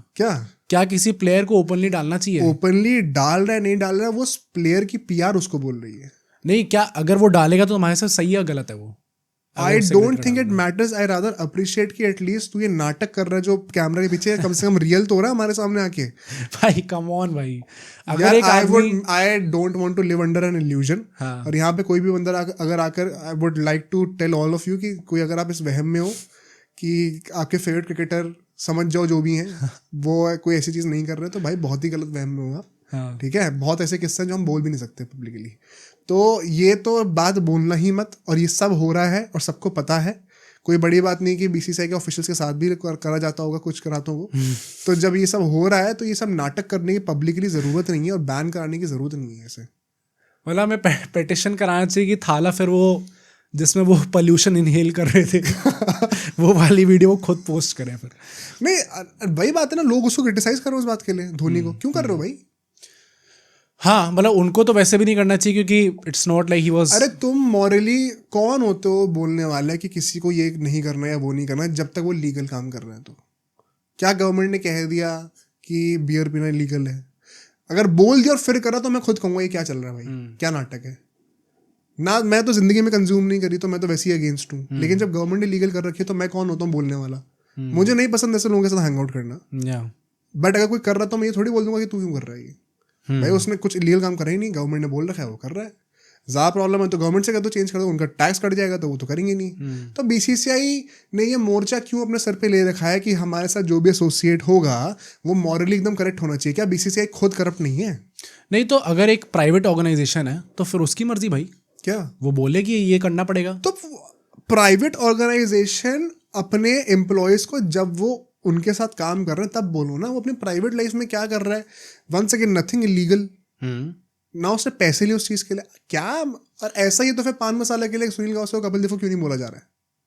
उनको पेंशन मिलती है से? बोलना चाहिए, बोलना तो चाहिए, बोला जा वो तो गलत है ही। केएल राहुल क्यों बोला गया? क्योंकि ही इज करंटली प्लेइंग, इसलिए बोला गया। आप पेंशन दे रहे हो कि नहीं दे रहे हो इनको? हाँ, आप इनको सेलिब्रेट करते हो as world cup winning legends कि नहीं करते हो?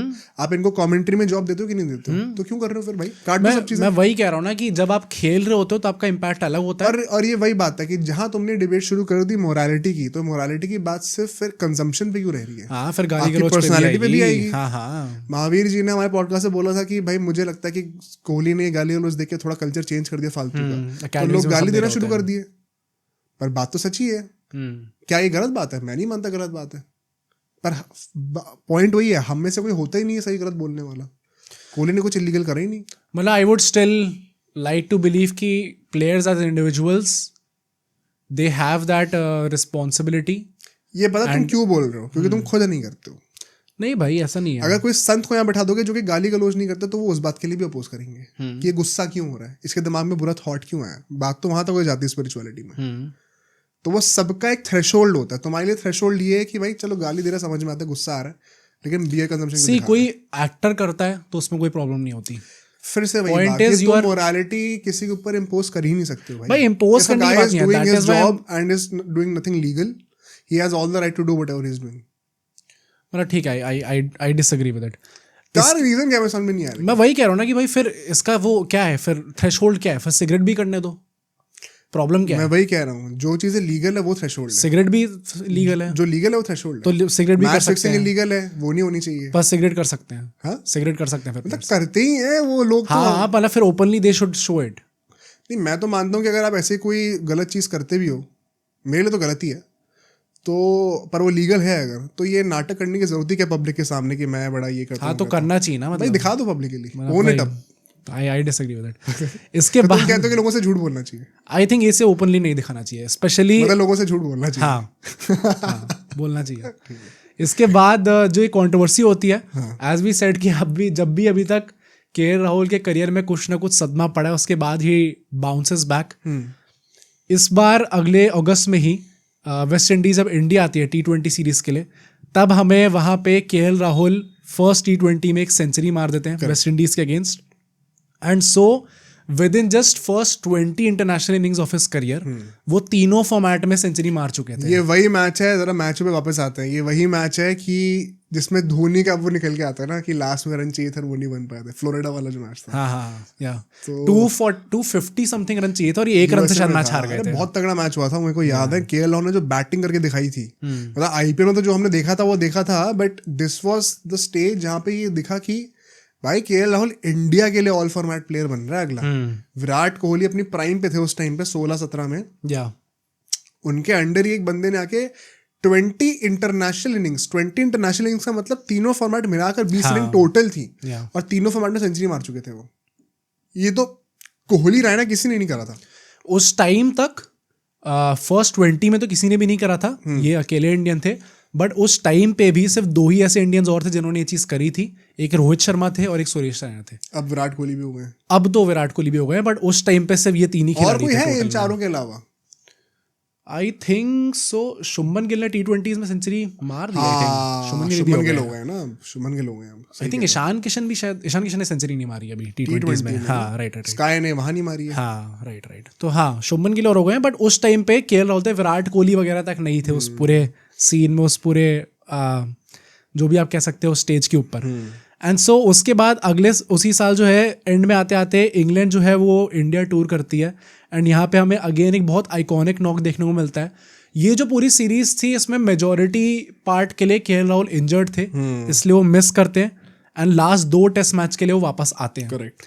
एंड लास्ट टेस्ट मैच में इंडिया पगला जाती है जब KL राहुल 199 रन मारते हैं और करुण नायर 303 नॉट आउट मारते हैं। एंड ये सीरीज पूरी इंडिया 4-0 जीत जाती है, बट ये हाईलाइट था।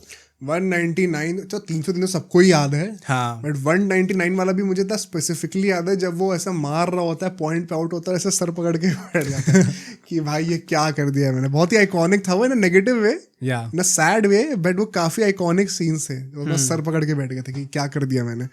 एंड पता है once again it was not a surprise कि KL राहुल के साथ ऐसा हो रहा है। क्यों भाई है यार, उनका वो हमेशा से रहा है कि उटपटांग चीजें होती रहती है उनके साथ।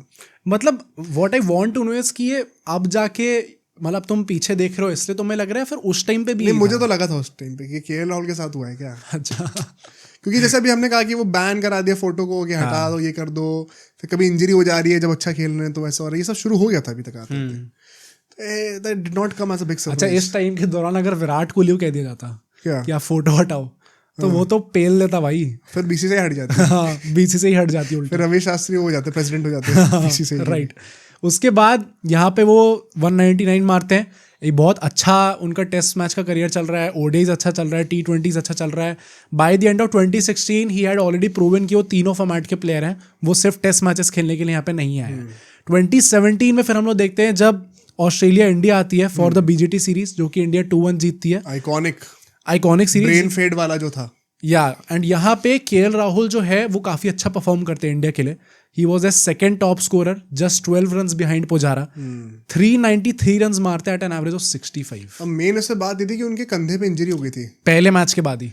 कुछ क्या टीयर वियर हो गया था ना कुछ. हाँ, शोल्डर का कुछ लिगामेंट या फिर लेबियम कुछ करके कुछ कहते हैं उसको, वो लिगामेंट टीयर हो गया था. हाँ, एंड उसके बाद भी वो पूरी सीरीज उस दर्द में खेले थे. एंड 7 इनिंग्स में टोटल में उन्होंने 6 50s मारी थी. नहीं, वो तो मुझे याद है, उसमें एक वीडियो बड़ी पॉपुलर थी, वो एक कवर ड्राइव मार रहे होते नेथन लायन को और वो मारती फॉलो थ्रू में उनका हाथ झटक जाता है पूरा. अच्छा. वो बहुत दर्द में से मतलब होता है ना कि दिख रहा था शक्ल में बहुत ज्यादा दर्द में. शॉट ही पूरा कंप्लीट नहीं कर पा रहे थे अपना. या उस हालत में उन्होंने वो पूरी सीरीज खेली है और 6 लगातार 50 मारी है 7 इनिंग्स में. उसके बाद अगला एक शायद श्रीलंका के अगेंस्ट हुआ था टेस्ट मैच, उसमें भी इन्होंने 50 मारी थी. तो 7 लगातार 50 हो गई थी इनकी. शायद अभी तक only Indian in test matches हैं जिन्होंने 7 लगातार 50 मारी. प्लस आई थिंक ये सीरीज भी मतलब इट जस्ट शोड कि वो बहुत विलिंगनेस थी भाई अंदर. ऐसी इंजरी के बाद भी आपने खेला बीजीटी में इंडिया के, आप सेकंड टॉप स्कोरर रहे, काफी अच्छा परफॉर्म करा आपने. एंड उसके मतलब वो लगातार अब उस स्पेन में भी खेलते रहे. वो इट शोड कि वो एंड्योरेंस, वो विलिंगनेस है केएल राहुल के अंदर. बट ऐसी इंजरी होती है तो उसके बाद आपको ब्रेक लेना पड़ता है. एंड सो इसके चलते हुए केएल राहुल इस सीरीज के बाद इंग्लैंड जाते हैं. लंदन में वहां पे उनकी सर्जरी होती है जिसके चलते हुए मेजोरिटी ऑफ 2017 मिस करते हैं पूरा, including the IPL, including the champions trophy. Champions trophy में भी केएल राहुल नहीं खेल पाते. That was probably a sad thing. और जब वो कम बैक करते हैं पूरा 2017 में बाद में आके, तो उनका ODIs में कुछ खास वापस फॉर्म नहीं आ पाता. 5 मैच में सिर्फ 50 रन मारते हैं. बेसिकली उन्होंने जो पूरा कुंबले और कोहली का सागा था वो मिस कर दिया, शांति से मिस करा है अपना, उस दलदल में नहीं पड़े वो. हाँ, बट ODIs में फॉर्म अच्छा नहीं था, बट T20s और टेस्ट में अभी भी उनका लगातार फॉर्म अच्छा चलता आ रहा था. T20s में by this point of time वो था probably best player at that time. मतलब नेक्स्ट बिग थिंग तो बहुत ही एविडेंट था कि रोहित शर्मा, विराट कोहली, हाँ ये सब हैं इस जनरेशन के, बट इस बंदे में जो एफर्टलेस क्लास है ना. अभी हम पंजाब के इनकी स्ट्रेंथ की बातें करेंगे, कुछ तो इनिंग्स ऐसी हैं भाई कि आपको देख के लग रहा होता है कितना एफर्टलेसली ये बंदा 6 हिटिंग कर रहा है. मतलब विराट कोहली के लिए कभी ये नहीं कहते थे ना. परहैप्स एक ब्रीफ पीरियड था जब वो बैकफुट पे खड़े खड़े छक्के मारते थे. एक मुझे याद है उनकी पहली सीरीज थी एज ODI कैप्टन, इंग्लैंड के अगेंस्ट थी if I am not wrong, और उसमें उन्होंने क्रिस वोक्स को एक शॉट मारा था. लोग समझ होंगे मैं किसकी बात कर रहा हूँ. बैकफुट पे पंच किया था और वो बॉल, एक होता ना कि बॉल चलो जा रही है, आपको पता डिप करने वाली at some point of time, वो रुक ही नहीं रही है बॉल, वो फ्लाई करे जा रही है. तो केएल राहुल से तो हमने कई बार ऐसा देखा था उनकी प्राइम पे T20s में. वही बात है, प्राइम में अभी कह रहा हूँ जब वो थे 25-26 के एडरी, अभी उनकी प्राइम होनी चाहिए, बट वो फ्लैशेस हमें तब से दिख रहे थे. एंड सो यहाँ से हम लोग चलते हैं अपने नेक्स्ट सेगमेंट पे, जहाँ पे उनके करियर में टर्न आता है. एंड वो हम उस चीज को डिटेल में डिस्कस करते हैं क्या एग्जैक्टली होता है. Starting of with the fact कि जब वो इंजरी से वापस आए हैं, ये एक बहुत बड़ा फैक्टर निकल के आया मेरे रिसर्च में, जो ना पोटेंशियल रीजंस ढूंढने कि उनका करियर क्यों जा रहा है ऐसा. हमने उनके अपब्रिंगिंग की बात करी, एक ही सेकंड रीजन बहुत बड़ा है. नोटिस करना, जब भी केएल राहुल का करियर सही ट्रैक पे चल रहा होता है, एक ना एक इंजरी आती है, उनको पूरा डिरेल कर देती है.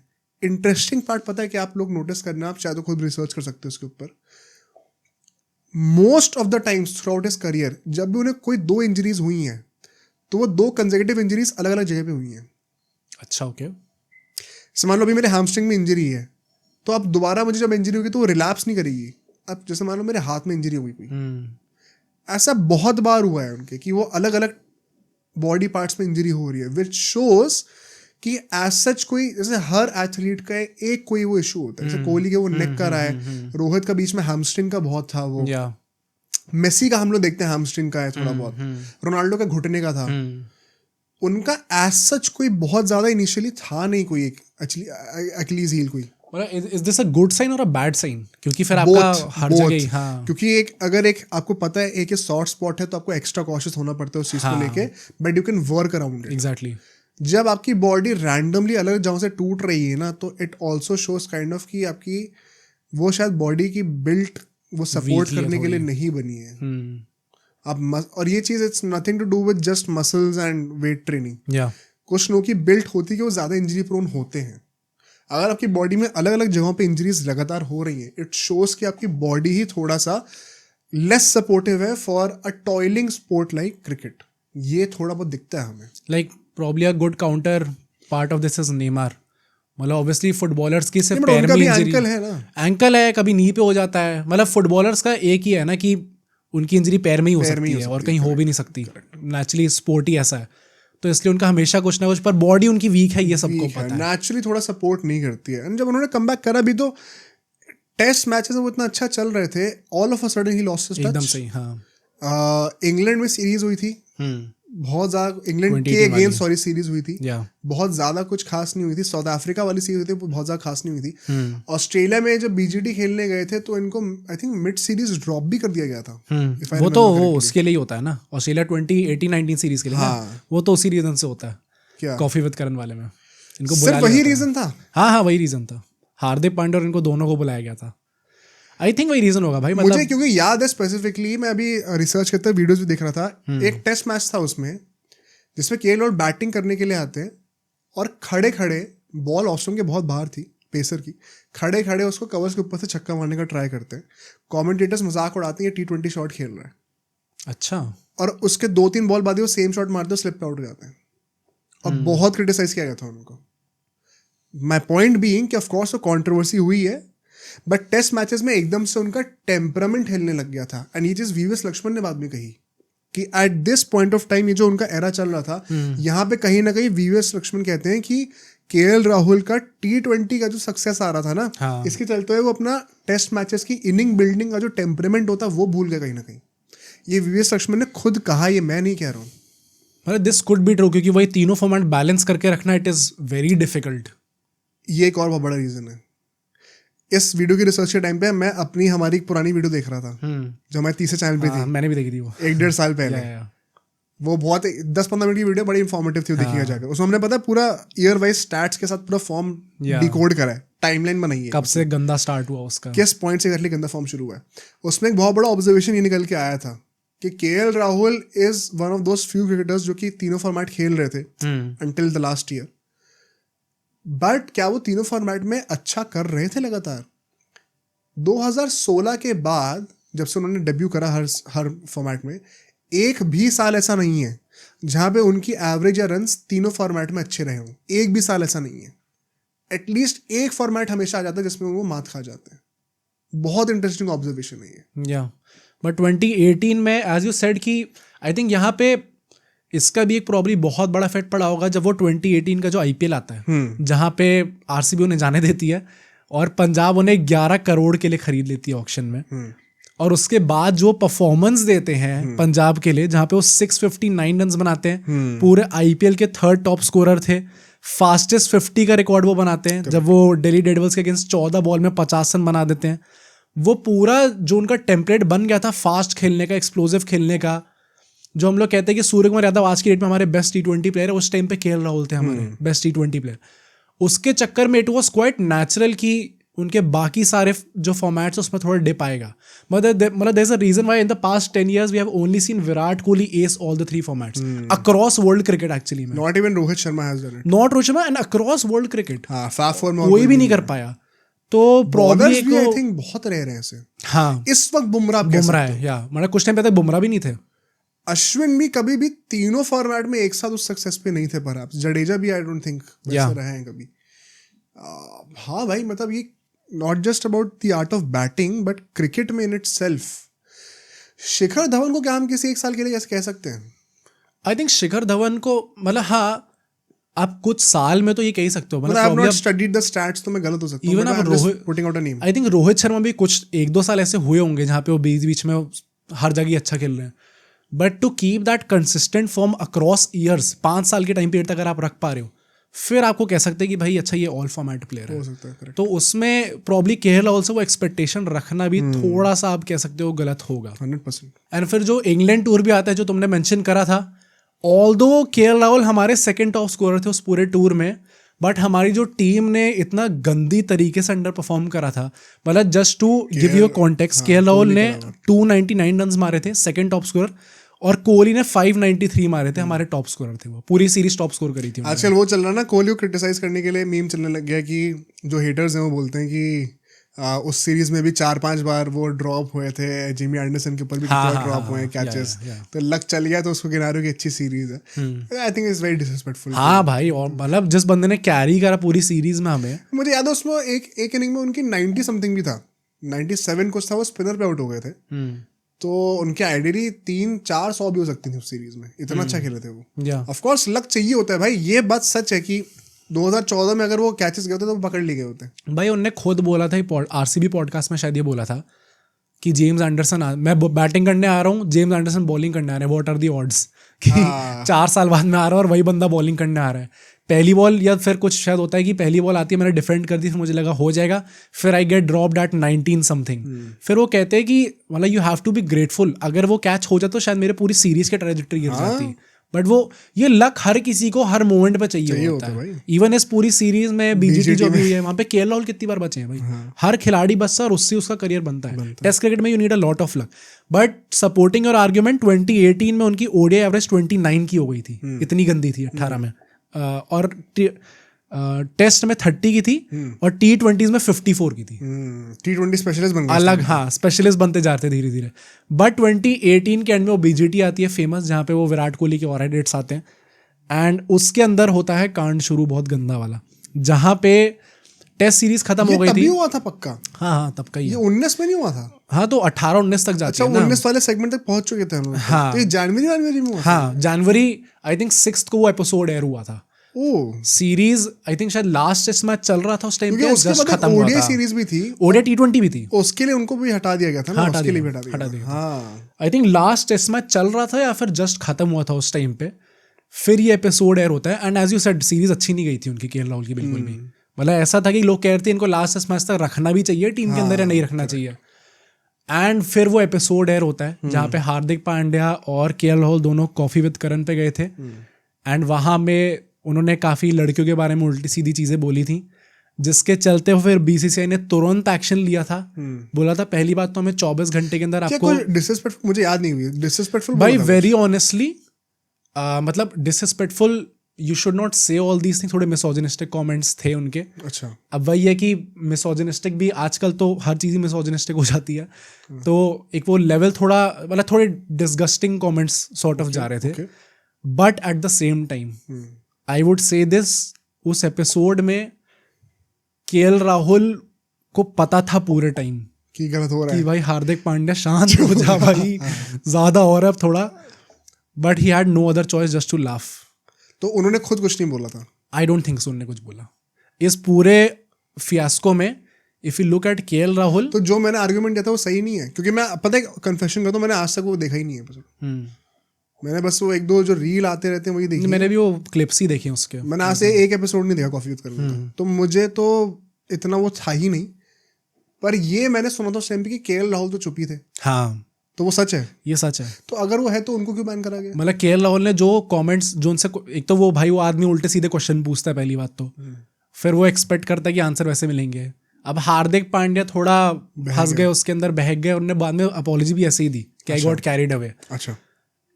और केएल राहुल के मुंह से ही दिख रहा था कि भाई इसको पता है गलत हो रहा है, फंसने वाले हैं ये लोग, बट ये बोल नहीं सकता कैमरा पे हार्दिक पांड्या ये भाई शांत रहे भाई। तो वो he had no other choice but to laugh, या फिर बस स्माइल, या फिर थोड़ा वैसा टाइप का कि अरे भाई क्या बोल रहा है, थोड़ा फनी करने के लिए। तो उनको क्यों करा गया फिर? भाई I think he got caught up in that whole incident ultimately. ऐसा कुछ केएल राहुल ने कुछ ऐसा गंदा बोला नहीं था। हार्दिक पांड्या के साथ जो हुआ वो राइटफुली करा गया। अब राइटफुली भी, अब मतलब again we can have a discussion क्या करना चाहिए। मिसकॉन्डक्ट वाली बात हो रही है तो आई कैन अंडरस्टैंड कि क्यों करा जा रहा है। मतलब मिसकॉन्डक्ट फील्ड पे नहीं है तो फिर वो आर्गुमेंट कैसे आ रही है? नहीं देखो, कोई आदमी किसी का मर्डर कर देगा तो फील्ड में तो नहीं करेगा, या नौकरी के वक्त तो नहीं करेगा। इट्स नॉट अ क्राइम दो। अब देखो बात वही है, मैं वही कह रहा हूँ, मोरालिटी की ये बात आती है भाई। नहीं, मोरालिटी की बात भी मैं समझ रहा हूँ, बट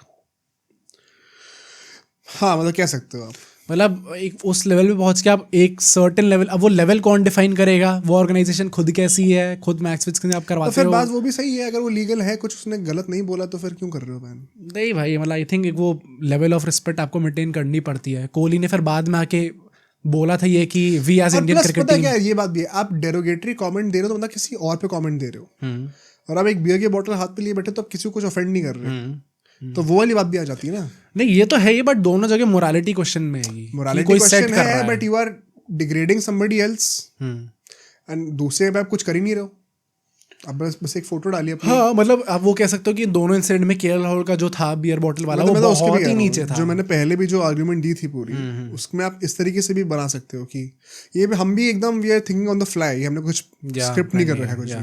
तो परहैप्स एक ही आर्गुमेंट ये हो सकती है कि he is not doing anything to somebody else, या commenting on somebody else कि बीसीसीआई को एक रीजन मिल जाए हटाने का उनको। पर आई थिंक वो जो पूरा इंसिडेंट था, एज ए सेड भाई केएल राहुल के लिए मुझे थोड़ा सा गंदा लगा कि भाई थोड़ा फंस गया वो क्रॉस फायर में जबरदस्ती में, एंड उसके चलते हुए इन दोनों को सस्पेंशन दे दी गई थी बीसीसीआई से, एंड इनको बीच टूर में वापस बुला लिया गया था। एंड उसके बाद विराट कोहली से पूछा गया था तो उन्होंने बोला था we as the Indian cricket team don't align with these views, ऐसे करके। जरूर, आपको पता नहीं कि क्या हो रहा है। हाँ भाई ऑब्वियसली इनको पता तो होगा, बट आपको बोलना पड़ता है वो सब चीजें। हाँ, पब्लिकली तो बोलना पड़ेगा। एंड सो उसके बाद इनका सस्पेंशन ऑल्दो उसी महीने जनवरी एंड आते आते हट गया था, बट केएल राहुल ने ये चीज बोली है कि ये जो पूरा इंसिडेंट हुआ था इट स्कार्ड हिम। अब वन सेकंड बात वहीं पे आती है, अब ब्रिंगिंग की बात आती है, बात आती है जो उनका डेब्यू मैच था उसकी। वो जो आप देखते हो ना कि क्या हार्दिक पांड्या नीचे इतनी दिल पे ली, जबकि तुम कह रहे हो कि उसने ज्यादा बोला, तो केएल राहुल ने क्यों ली है? उन्होंने तो कुछ गलत भी नहीं करा, तो वो इतना क्यों दिल पे लेके बैठे हुए हैं? क्योंकि he is that kind of a guy, he does get affected more. ये बहुत my clear observation about KL Rahul has been this. मुझे लगता है कि वो ज्यादा अफेक्ट होते हैं मेंटली इन चीजों से, एंड इसमें बहुत बड़ा हाथ उनके ब्रिंगिंग का भी है। वन सेकंड उन्होंने ये कहा था कि मेरे को आज तक स्कूल में पनिशमेंट तक नहीं मिली है और मुझे बीसीसीआई ने बैन कर दिया है, तो मैं इसको झेल ही नहीं पा रहा हूँ भाई। तो वो इन बातों पे ना वो आती है, वो मेंटल टफनेस वाली चीज आ जाती है थोड़ी सी, मुझे तो लगता है। उसमें थोड़ा सा स्ट्रीट स्मार्ट लड़का हो ना, जो उसने लाइफ को और एक्सपीरियंस कर रखा हो अपार्ट फ्रॉम क्रिकेट एंड पढ़ाई सिर्फ, आई थिंक उससे फर्क पड़ता है कहीं ना कहीं। हाँ मतलब आई थिंक कह सकते हैं, क्योंकि पहली बार आपके साथ लाइफ में वो चीज़ हुई है तो आप थोड़े ज़्यादा फिट हो गई होगी उस चीज़ में, बट रिगार्डलेस काफ़ी ज़्यादा स्कार कर दिया था, but he had an opportunity to make a comeback now. कहते हैं उस टाइम पे इन्होंने अपना बहुत मेहनत भी करी एंड पूरे स्टांस को रिवर्क भी करा अपने पुराने कोचेस, अपने पुराने टाइम के प्लेयर्स के साथ जिनके साथ बचपन में थे, उनके साथ उन्होंने अपनी वीडियो पूरी बनाते थे बैटिंग करके। उन्होंने नोटिस करा कि मेरा पहले स्टांस कैसा था और अभी कैसा है, क्या इश्यूज आ रहे हैं, और उसको रिवर्क करा, और उसके बाद से फिर उन्होंने दोबारा एक कमबैक करना शुरू करा। एंड सो 2019 आईपीएल जो था वो भी उनका बहुत अच्छा जाता है, जहाँ पे वो सेकंड टॉप स्कोरर बनते हैं। इफ यू नोटिस भाई आईपीएल का तो मतलब एलीट वो हैं, लगातार टॉप 5 स्कोरर्स में तो आ ही रहे हैं, टॉप 3 में आ रहे हैं लगातार। तो वो चीज़ बोलो, मतलब आई थिंक आईपीएल में चाहे बाकी फॉर्मेट्स में जो ये बन भी गया था कि आईपीएल में परफॉर्म कर लेंगे, बाकी इंटरनेशनल में नहीं कर पाएंगे, मतलब कहीं ना कहीं आईपीएल में तो इन्होंने बहुत जल्दी पिकअप कर लिया था। हाँ, काइंड ऑफ कह सकते हो। आईपीएल की वजह से ही इनके T20 पोजीशन पे कोई सवाल ही नहीं था। हाँ। बट स्ट्राइक रेट वाले इश्यूज अभी आने वाले थे, दोबारा से आने वाले थे। मतलब वो 1-2 साल बीच में लग रहा था कि बढ़िया फ्लेयर है, but where he started his career, IPL career, कि वो टेक्निकली बड़े तगड़े, स्ट्राइक रेट थोड़ी कहीं ना कहीं डाउन हो रही है। Now it had to get worse because वो टेक्निकली जो साउंड टेम्परामेंट था उनका वो थोड़ा बहुत सैक्रिफाइस हुआ, जैसे कि लक्ष्मण ने कहा। एंड साथ ही साथ अब T20 के लिए जिसके लिए आपने अपना गेम चेंज करा है, उसमें भी अब स्ट्राइक रेट इश्यूज आने वाले थे, तो आप दोनों तरफ से पकड़ लिए गए बेसिकली। ऑल्दो ये जो आईपीएल की इनकी परफॉर्मेंस थी, इसके बेसिस पे बीच आईपीएल में फिर वो 2019 वर्ल्ड कप की स्क्वाड आती है, एंड वहाँ इनका सिलेक्शन हो जाता है as the reserve opener. But जो हमारा वार्म अप मैच था बांग्लादेश के अगेंस्ट, वहाँ पे इन्होंने 100 मार दी थी नंबर 4 पे खेलते हुए। एंड सो भाई विजय शंकर जो कि 3D प्लेयर थे उनको हटा दिया गया और वर्ल्ड कप में केएल राहुल को नंबर 4 पर स्टार्ट करा दिया। बहुत डिटेल हमने इसके बारे में बात करी। हमने 2019 के वर्ल्ड कप के ऊपर एक पॉडकास्ट बनाया था 2 घंटे का, बहुत डिटेल में बातें करी इस चीज़ के ऊपर। ऐसे कई सारे मिसमैनेजमेंट फियास्कोज हुए हैं वहाँ पर, मिसमैनेजमेंट हुए हैं। इवन 2019 वर्ल्ड कप जब धवन आउट हो गए थे तब तो इन्हें ओपनिंग पोजीशन दे दी गई थी, उसमें भी हेयर एंड देयर बीच बीच में ही परफॉर्म्ड डिसेंट। अल्टीमेटली पूरे वर्ल्ड कप में इंडिया के 3rd टॉप स्कोरर भी थे, बट कोहली रोहित के पीछे। हाँ, कोहली रोहित के पीछे। बट पॉइंट ये था कि इनकी जो मेजॉरिटी रन है वो थोड़ी रिलेटिवली वीकर टीम्स के अगेंस्ट आई। एंड जब बात नॉकआउट्स की तरफ जा रही थी, हाँ मतलब श्रीलंका वाला आई रिमेंबर जो उन्होंने सेंचुरी मार दी थी, जब नॉकआउट की तरफ जा रही थी बात। आई थिंक इंग्लैंड वाला मैच जो हम हारे थे उसमें भी इनकी परफॉर्मेंस उतनी अच्छी नहीं थी शायद, जिसमें रोहित ने 100 मारी थी। न्यूजीलैंड वाला मैच सबको याद ही है। तो ये सवाल उठा था दोबारा कि क्या ये मेंटली थोड़ा सा अभी टफनेस लाने की ज़रूरत है, कि हाँ इनमें प्रॉमिस बहुत है।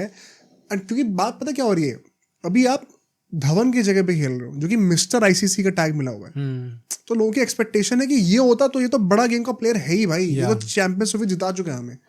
केएल राहुल आए और बड़े मैच में रन नहीं मारे। वो और बात है कि और भी किसी ने रन नहीं मारे थे, बट ये सवाल उठने शुरू हो गए थे कि क्या वो प्रेशर में खेल सकते हैं कि नहीं खेल सकते। Plus I think by this time he was around 27, तो it was quite reasonable to expect these things also कि आपको करना पड़ेगा भाई। अब ये कह सकते हो उनका पहला वर्ल्ड कप था भाई, और एक वर्ल्ड कप पे जज क्यों कर रहे हो, बट फिर इसी बात पे 2023 का वर्ल्ड कप भी आएगा आगे जाकर, और वहां पर भी सवाल उठेंगे। तो ये जो सवाल थे कि क्या वो प्रेशर में खेल सकते कि नहीं, इसके ऊपर तो आना शुरू हो गई थी बात 19 वर्ल्ड कप से ही। एंड बात वही ये भी थी कि he happened to be in an era जहाँ पे जो हमारे टॉप 3 थे वो perhaps one of the best of all time में रहे हैं। जो रोहित, धवन, कोहली की जो ट्रियो था वो इंडियन ओडीआई क्रिकेट में वन ऑफ द बेस्ट रहा है भाई। सचिन, सहवाग, गांगुली सबकी बात कर लो, मतलब ज्यादा दूर है नहीं। अपने बेसिस पे ही मैच जिता देंगे वैसा टाइप का था। सबको वो याद होगा वो ऑस्ट्रेलिया के अगेंस्ट ओडीआई सीरीज जो थी 13-14 वाली, जिसमें वो डार्क ब्लू जर्सी हुआ करती थी, जिसमें रोहित ने अपनी पहली 200 मारी थी। उससे मुझे एक मैच याद है, शायद उसी सीरीज का मैच है ये, लोग करेक्ट कर देंगे। 350 का कुछ टारगेट था, इन तीनों ने चेस कर दिया। 350 तीनों ने चेस कर दिया भाई साहब। उसमें मेरे ख्याल से विराट, उसी वाला मैच बहुत सारी मेमोरीज हैं, शायद वही मैच जिसमें विराट कोहली ने 50 पे 100 मार दी थी, फास्टेस्ट ओडीआई 100, या उसी सीरीज में आया था। मतलब ये सारी चीजें उस सीरीज में हुई थी। तो आप उन लोगों को रिप्लेस करने का ट्राई कर रहे हो, जरा सी चूक करिए, आप पे सवाल उठेगा। Unfortunate standards. एंड सो हम लोग यहाँ से अपने नेक्स्ट सेगमेंट पे चलते हैं, जहाँ पे लॉकडाउन आ जाता है एंड उसके चक्कर में केएल राहुल का करियर कैसा अफेक्ट होता है। करेक्ट। कैसे थोड़ी सी आपको अब तीनों फॉर्मेट में डाउनवर्ड ट्रैजेक्टरी देखने को मिलती है, और क्यों होता है, क्या कारण था उसके पीछे, वो हम डिस्कस करने वाले हैं। 2020 as I just said lockdown आता है वहाँ पे, एंड सो इंडिया बहुत ज़्यादा मैचेस खेलती नहीं उस टाइम पे। ओडीआईज T20s में उनका फॉर्म डिसेंट था, बट टेस्ट में बहुत ही सिग्निफिकेंट ड्रॉप आ गया था इस टाइम तक। बट यहाँ पे ये पॉइंट है कि अब जैसे जैसे आपकी उम्र 2020 में 28 के आसपास हो रहे हो, आप धीरे धीरे सीनियर प्लेयर बनते जा रहे हो, तो धीरे धीरे आपको थोड़ी लीडरशिप रोल्स में भी उन्होंने डालना स्टार्ट कर दिया था बीसीसीआई ने, जब वहां पे उनको इंडिया के लिमिटेड ओवर्स में वाइस कैप्टन डिक्लेयर कर दिया गया था इन सम सीरीज। एंड जब आईपीएल खेलने आते हैं तो पंजाब उन्हें कप्तानी दे देती है, और इसका क्रेडिट भी आई थिंक कोहली को जाता है कि उन्होंने पहले से ये सोच रखा था कि भाई रोहित शर्मा को नहीं बनाना है अभी वाइस कैप्टन।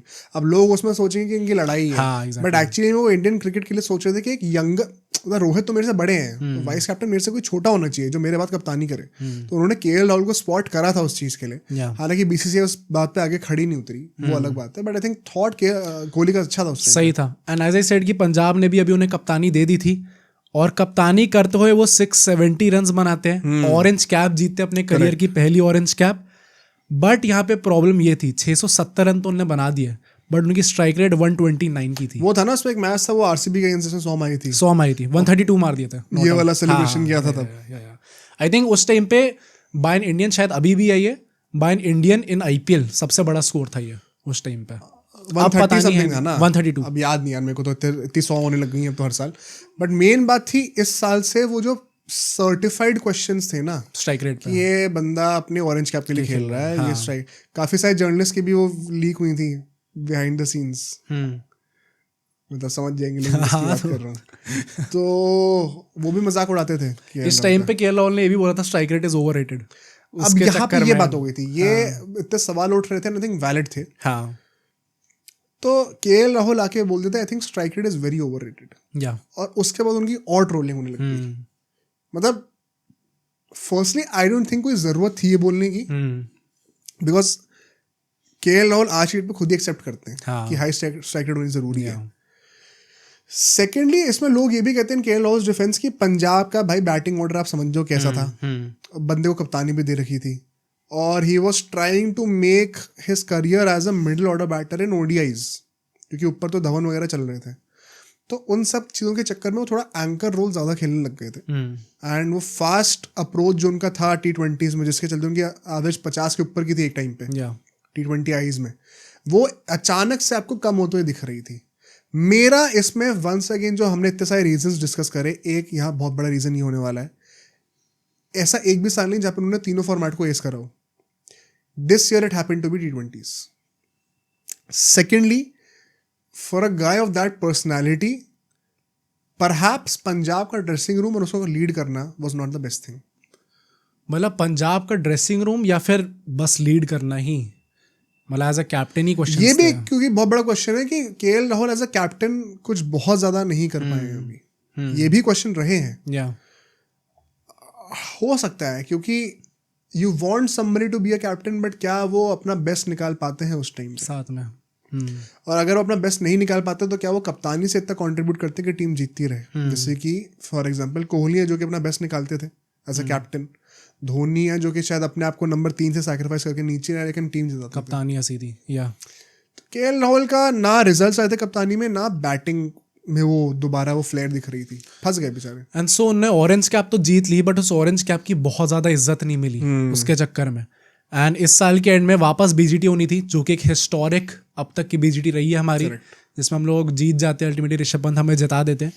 उस बीजीटी के लिए भी सिलेक्ट हो गए थे, इंजरी, बट वहाँ पे एक भी गेम नहीं खेला था, पर नेट्स में इनकी रिस्ट पे बॉल लग गई थी, जिसके चलते इनको इंजरी हो गई और पूरी सीरीज के लिए बाहर हो गए। उसी के चलते पृथ्वी शॉ को वो मैच खेलना पड़ा और उनका आखिरी मैच बन गया। उनका भी आखिरी मैच बन गया, राइट। सबका ही गलत हो गया इसके चक्कर में।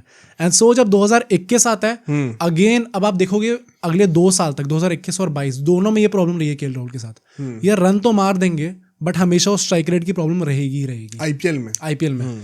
एंड इंग्लैंड टूर जब 2021 में होना था उसके लिए भी राहुल सेलेक्ट हो गए थे, एंड पर वो स्टार्ट नहीं करने वाले थे। मयंक अग्रवाल स्टार्ट करने वाले थे वहां पे, उनको हेड इंजरी हो जाती है। उनको नेट्स में सिराज जो है हमारे वो बॉल मार देते हैं बाउंसर, जिसके चलते उनका कंकशन होता है और वो बाहर हो जाते हैं।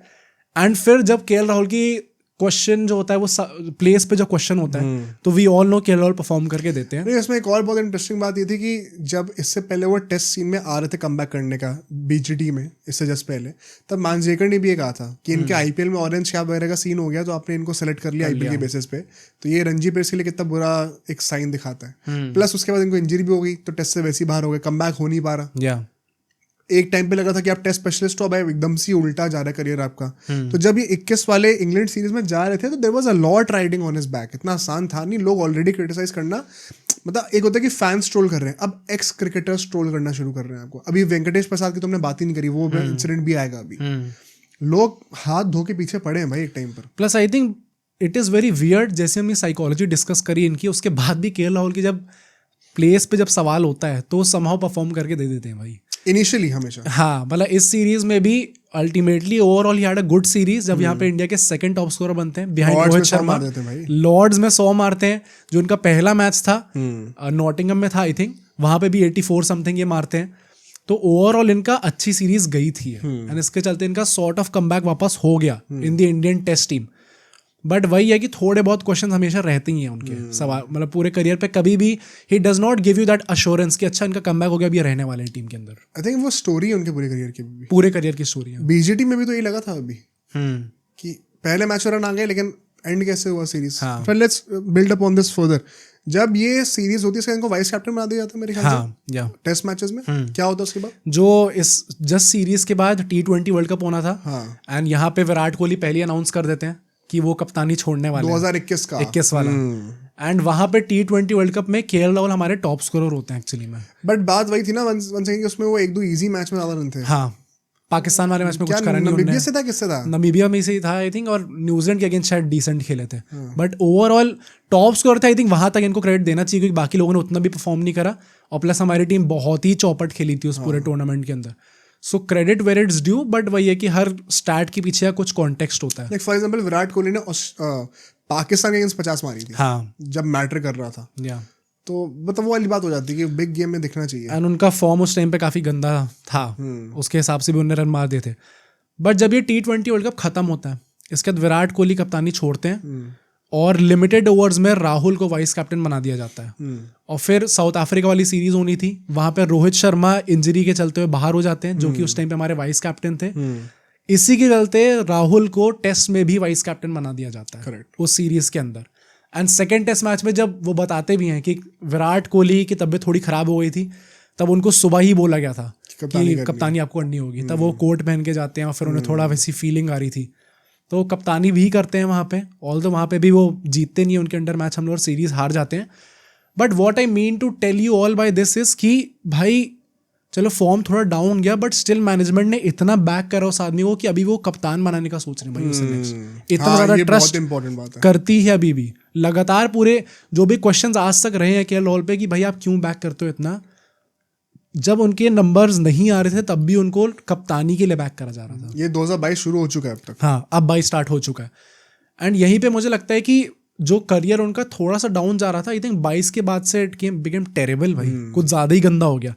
2022 में पंजाब भी छोड़ते हैं वो, और लखनऊ और गुजरात टाइटंस को इंट्रोड्यूस करा जाता है आईपीएल में। और फिर लखनऊ जो है वो 17 करोड़ के लिए केएल राहुल को खरीदती है और उन्हें कप्तान बना देती है। यहाँ पे अगेन उनका 600 प्लस का सीजन रहता है, बट स्ट्राइक रेट की प्रॉब्लम रहती है। ओवरऑल पूरा आईपीएल के सेकंड टॉप स्कोरर थे, पर वो इज्जत नहीं थी कि भाई आपने अपने लिए खेला है, शायद वो प्रॉब्लम थी उनके साथ। आई डोंट बिलीव उन्होंने अपने लिए खेला है, बाय द वे। भाई KL Rahul is not that sort of a person कि वो अपने लिए खेलेंगे, पर वो नैरेटिव ऐसा लोगों ने बना दिया। या एंड इसके बाद आता है वो डिजास्टर्स 2022 T20 वर्ल्ड कप। वो आई थिंक बहुत बड़ा एक रोल प्ले करता है केएल राहुल की T20 लेगेसी को रुइन करने में। हाँ, मतलब उसके बाद से बीसीसीआई ने मुड़ के देखा ही नहीं। वहां तक वो हमारे ओपनर थे। इवन रोहित शर्मा का भी वो पूरा कैंपेन बहुत गंदा गया था। बट ये जो हमारे 2 ओपनर थे, इनके चलते इतना गंदा फॉर्म था, क्योंकि विराट कोहली ने तो रीडिस्कवर्ड हिज फॉर्म, फिर हार्दिक पांड्या के अच्छा खेल रहे थे, स्काई अच्छा खेल रहे थे। पर ये जो ओपनर से इनके चलते हमारी टीम कभी वो स्टार्ट ले ही नहीं पाई। या तो विकेट गिर जा रहे थे, या फिर पूरे जो पावर प्ले होता है उसके अंदर इतने कम रन आ रहे थे कि आप आगे जाके कुछ बिल्ड ही नहीं कर सकते। तो आई थिंक एक काफ़ी साइकोलॉजिकल हिट पड़ा होगा केएल राहुल को इस पूरे T20 वर्ल्ड कप से भी, क्योंकि वो कभी भी किसी मैच में नहीं लगा भाई कि बंदा चल सकता। कुछ ऐसा था ना स्टार्ट की लोएस्ट पावर प्ले की रन रेट थी ना, नेदरलैंड से भी कम थी, कुछ 6 पॉइंट समथिंग कुछ। हाँ, पूरे मतलब जितनी भी टीम्स इन्वॉल्व होती हैं T20 वर्ल्ड कप में, जो नीचे से आ रही होती हैं, वो भी नेदरलैंड्स का हमसे बेटर था। हमसे गंदा यूएई का था, यूएई का, जो कि पहली बाहर हो गई थी, सुपर 12 में भी नहीं पहुंची थी। तो बहुत ही गंदा इंडिया वहाँ पे प्रदर्शन करती है अपना। बट उसके बाद भी T20s में तो चलो it was time for KL Rahul. BCCI ने थोड़ा उनके पास देखना स्टार्ट कर दिया था। मतलब रोहित, विराट और वो तीनों को हटा दिया गया था, बट इवेंचुअली वही रोहित और विराट का कमबैक हो जाता है। हाँ, क्योंकि सर्कमस्टांसेस ऐसे हो गए। प्लस उस टाइम पे ऐसा भी था ना, मतलब ये गिवन तो नहीं था कि वो बाहर कर दिया गया केएल राहुल को। इट वॉज कि अब 23 का वर्ल्ड कप आने वाला है, सब ओडीआईस खेलो। प्लस वो भी था कि भाई अब गिल आ रहा है, जायसवाल आ रहा है, ईशान किशन आ रहे हैं, इतने सारे ओपनर्स हैं, तो इनको ट्राई करते हैं, कुछ नया करके देखते हैं, एक नई टीम बनाते हैं अगले 2 सालों के लिए। एंड अब यहाँ से अपने नेक्स्ट सेगमेंट पे चलते हैं। जब 2023 का साल आता है भाई, 23 का साल आता है और यहाँ पे इनका टेस्ट फॉर्म दोबारा डिप करना शुरू कर जाता है। हाँ, तो वंस अगेन आप देख रहे हो कि भाई तीनों फॉर्मेट में कभी भी एक साथ परफॉर्म नहीं कर पा रहे। अभी T20 में गिरा हुआ है, टेस्ट में गिरा हुआ है, ओडीआईस में इनका डिसेंट चल रहा था। तब वो 40-50 समथिंग की एवरेज रख रहे थे। बीजीटी का तुम्हें याद है, हमने ये उसमें लाइव स्ट्रीमिंग करी थी। 2 टेस्ट मैच के बाद केएल राहुल को हटा दिया गया था। और वेंकटेश प्रसाद ने तब ट्वीट किया था कि ये क्या चल रहा है, कि इसको इतने मैचेस क्यों खिलाए जा रहे हैं, इतना फेवरेटिज्म क्यों हो रहा है। एंड थोड़ा वियर्ड था, क्योंकि I get where he is coming from, क्योंकि डेफिनेटली केएल राहुल को बहुत बैक करा गया है, बट वो ना थोड़ा सा ज्यादा ही एग्रेसिव हो जाता है समटाइम्स। नहीं, और जैसे हरभजन सिंह ने फिर एक वीडियो भी डाली थी कि मैं हाथ जोड़ के सबसे रिक्वेस्ट करता हूँ कि केएल राहुल के भले ही रन ना आ रहा हो, लेकिन इतना भी मत बोल दो कि आदमी मेंटली हार ही जाए, हमारा ही प्लेयर है वो। हाँ, बहुत ही अच्छी बात बोली थी। मतलब एक तरीका होता है ना क्रिटिसाइज करने का, वो थोड़ा सा लग रहा था कि मतलब ओवर द टॉप चलेगा थोड़ा। पिंक वो कर रहे हो, क्या पिंच कर रहे हो, थोड़ा सा ज्यादा पोक कर रहे हो ज्यादा थोड़ा सा केएल राहुल को, और वो टारगेटिंग हो रही थी काइंड ऑफ उनकी। I think overall social media पे भी इस टाइम पे तो मीम मटेरियल बनते जा रहे थे धीरे धीरे। इतनी गंदी लेवल की ट्रोलिंग हो रही थी कि लग रहा था कि भाई ये बंदा, plus he is a guy like KL Rahul, अगर विराट कोहली होते तो वो हिट बैक करते। केएल राहुल शांत रहेंगे, सब एक्सेप्ट कर लेंगे, अब्जॉर्ब कर लेंगे, बट उसके बाद वो उभरना बहुत डिफिकल्ट हो जाता है। What made things even worse was जब बीसीसीआई ने इनका कॉन्ट्रैक्ट जो है वो ग्रेड बी का कर दिया। पहले ग्रेड ए कॉन्ट्रैक्ट में थे, फिर ग्रेड बी में कर दिया। That is also very big hit भाई। मतलब इट इज कि फिर बीसीसीआई आप पे उतना ट्रस्ट नहीं दिखाने वाली है, वैसे टाइप का स्टेटमेंट हो जाता है। लास्ट ईयर तक आपको कैप्टेंसी मटेरियल तक देखा जा रहा था, या विद इन अ ईयर आपको कॉन्ट्रैक्ट ए कॉन्ट्रैक्ट से भी हटा दिया, बी पे ले आया। बहुत बड़ी बात होती है, बड़ी बात होती है। और उसके बाद आई थिंक और भी गंदा हिट तब लगता है जब आईपीएल खेलते उन्हें वो हैमस्ट्रिंग इंजरी होती है, जो कि वो कहते हैं उनके करियर की सबसे वर्स्ट इंजरी थी। करेक्ट। एंड जब उन्हें वो इंजरी हुई थी तब ऐसा उसी टाइम पे न्यूज़ आ गई थी कि भाई 2023 वर्ल्ड कप तो छोड़ दो, अब नहीं होने वाला कम। भाई मुझे याद है वो इंजरी होने के लिए भी लोग ट्रोल कर रहे थे यार, कि इंजरी हो गई, ये नाटक कर रहा है, ये ऐसा हो रहा है। अच्छा, हाँ, ये बात भी हुई थी। और मेन इशू था कि उस टाइम पे ऋषभ पंत का तो एक्सीडेंट का सीन था, तो इंडिया के पास और कोई बोनाफाइड विकेट कीपर ऑप्शन था नहीं मिडिल ऑर्डर में। तो instead of praying and supporting कि केएल राहुल को ऐसा हो गया है, भाई लोग उल्टा गाली दे रहे हैं, ट्रोल कर रहे हैं कि ये फिर से इंजर हो गया है, ये तो मरवा देगा हमें, ये कर देगा, वो कर देगा। बहुत ही ज्यादा डिसरिस्पेक्टफुल था आई थिंक उस टाइम पे, बहुत ज्यादा सेंसिटिव इशू था बहुत। एंड उसके बाद मतलब जैसे उन्होंने कहा है कि उनकी सबसे वर्स्ट इंजरी थी, एट द सेम टाइम उन्होंने ये भी कहा था, हमने 2023 वर्ल्ड कप जब हमने कवर करा था पॉडकास्ट में, तब हमने ये चीज़ मेंशन भी करी थी। तब केएल राहुल ने ऐसा बोला था कि भाई एक रिन्यूड सेंस ऑफ मोटिवेशन आया था उनके अंदर। मतलब पहले ऐसा था कि जब भी इंजरी होती थी तो एक टाइम के बाद वो बोर हो जाते थे बहुत ज़्यादा कि यार सेम ही रूटीन करना पड़ेगा, अब कैसे होगा कम बैक।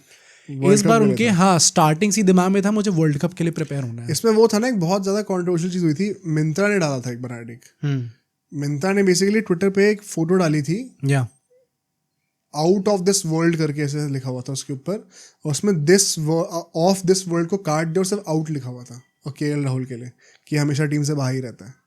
अच्छा, आई थिंक बहुत ज्यादा लो पंच था भाई। हाँ भाई, मतलब एक क्रिकेटर के लिए सबसे बुरी चीज हो सकती है कि वो इंजर्ड है जब एक वर्ल्ड कप ईयर आ रहा है, और आप उस पे उसके ऊपर ऐसे नहीं मना रहे। भाई ये इनकी पीआर टीम ने कैसा लाउ कर दिया, ये तो बेवकूफ था मिंत्रा का। हाँ, मतलब एक मोमेंट मार्केटिंग कर रहे हो, वर्ल्ड क्लास क्रिकेटर पे आप ऐसा टाइप का शॉट ले रहे हो, it is not going to go down well with your. मेरा कहने का पॉइंट ये है कि ये पब्लिक और मतलब ये सब जो बिजनेस हैं जितने भी, सभी टारगेट कर रहे थे भाई उसको।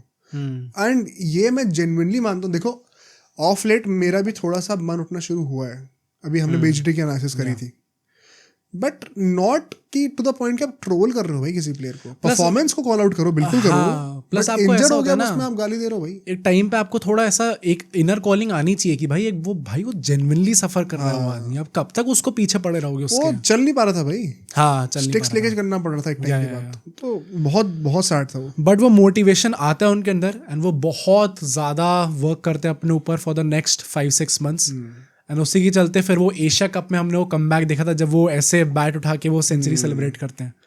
भाई वो मेमोरी मेरे अंदर शायद अभी भी है, वो जो था ना, क्योंकि उस दिन जेन्युइनली फीलिंग आई थी कि भाई शायद चीजें वापस आ रही है वर्ल्ड कप के लिए। श्रेयस अय्यर भी आ रहा है, ये भी आ रहा है, कोहली ने सेंचुरी मार दी थी, इसने भी सेंचुरी मार दी थी, बुमराह वापस आ गया, श्रेयस अय्यर आ गया।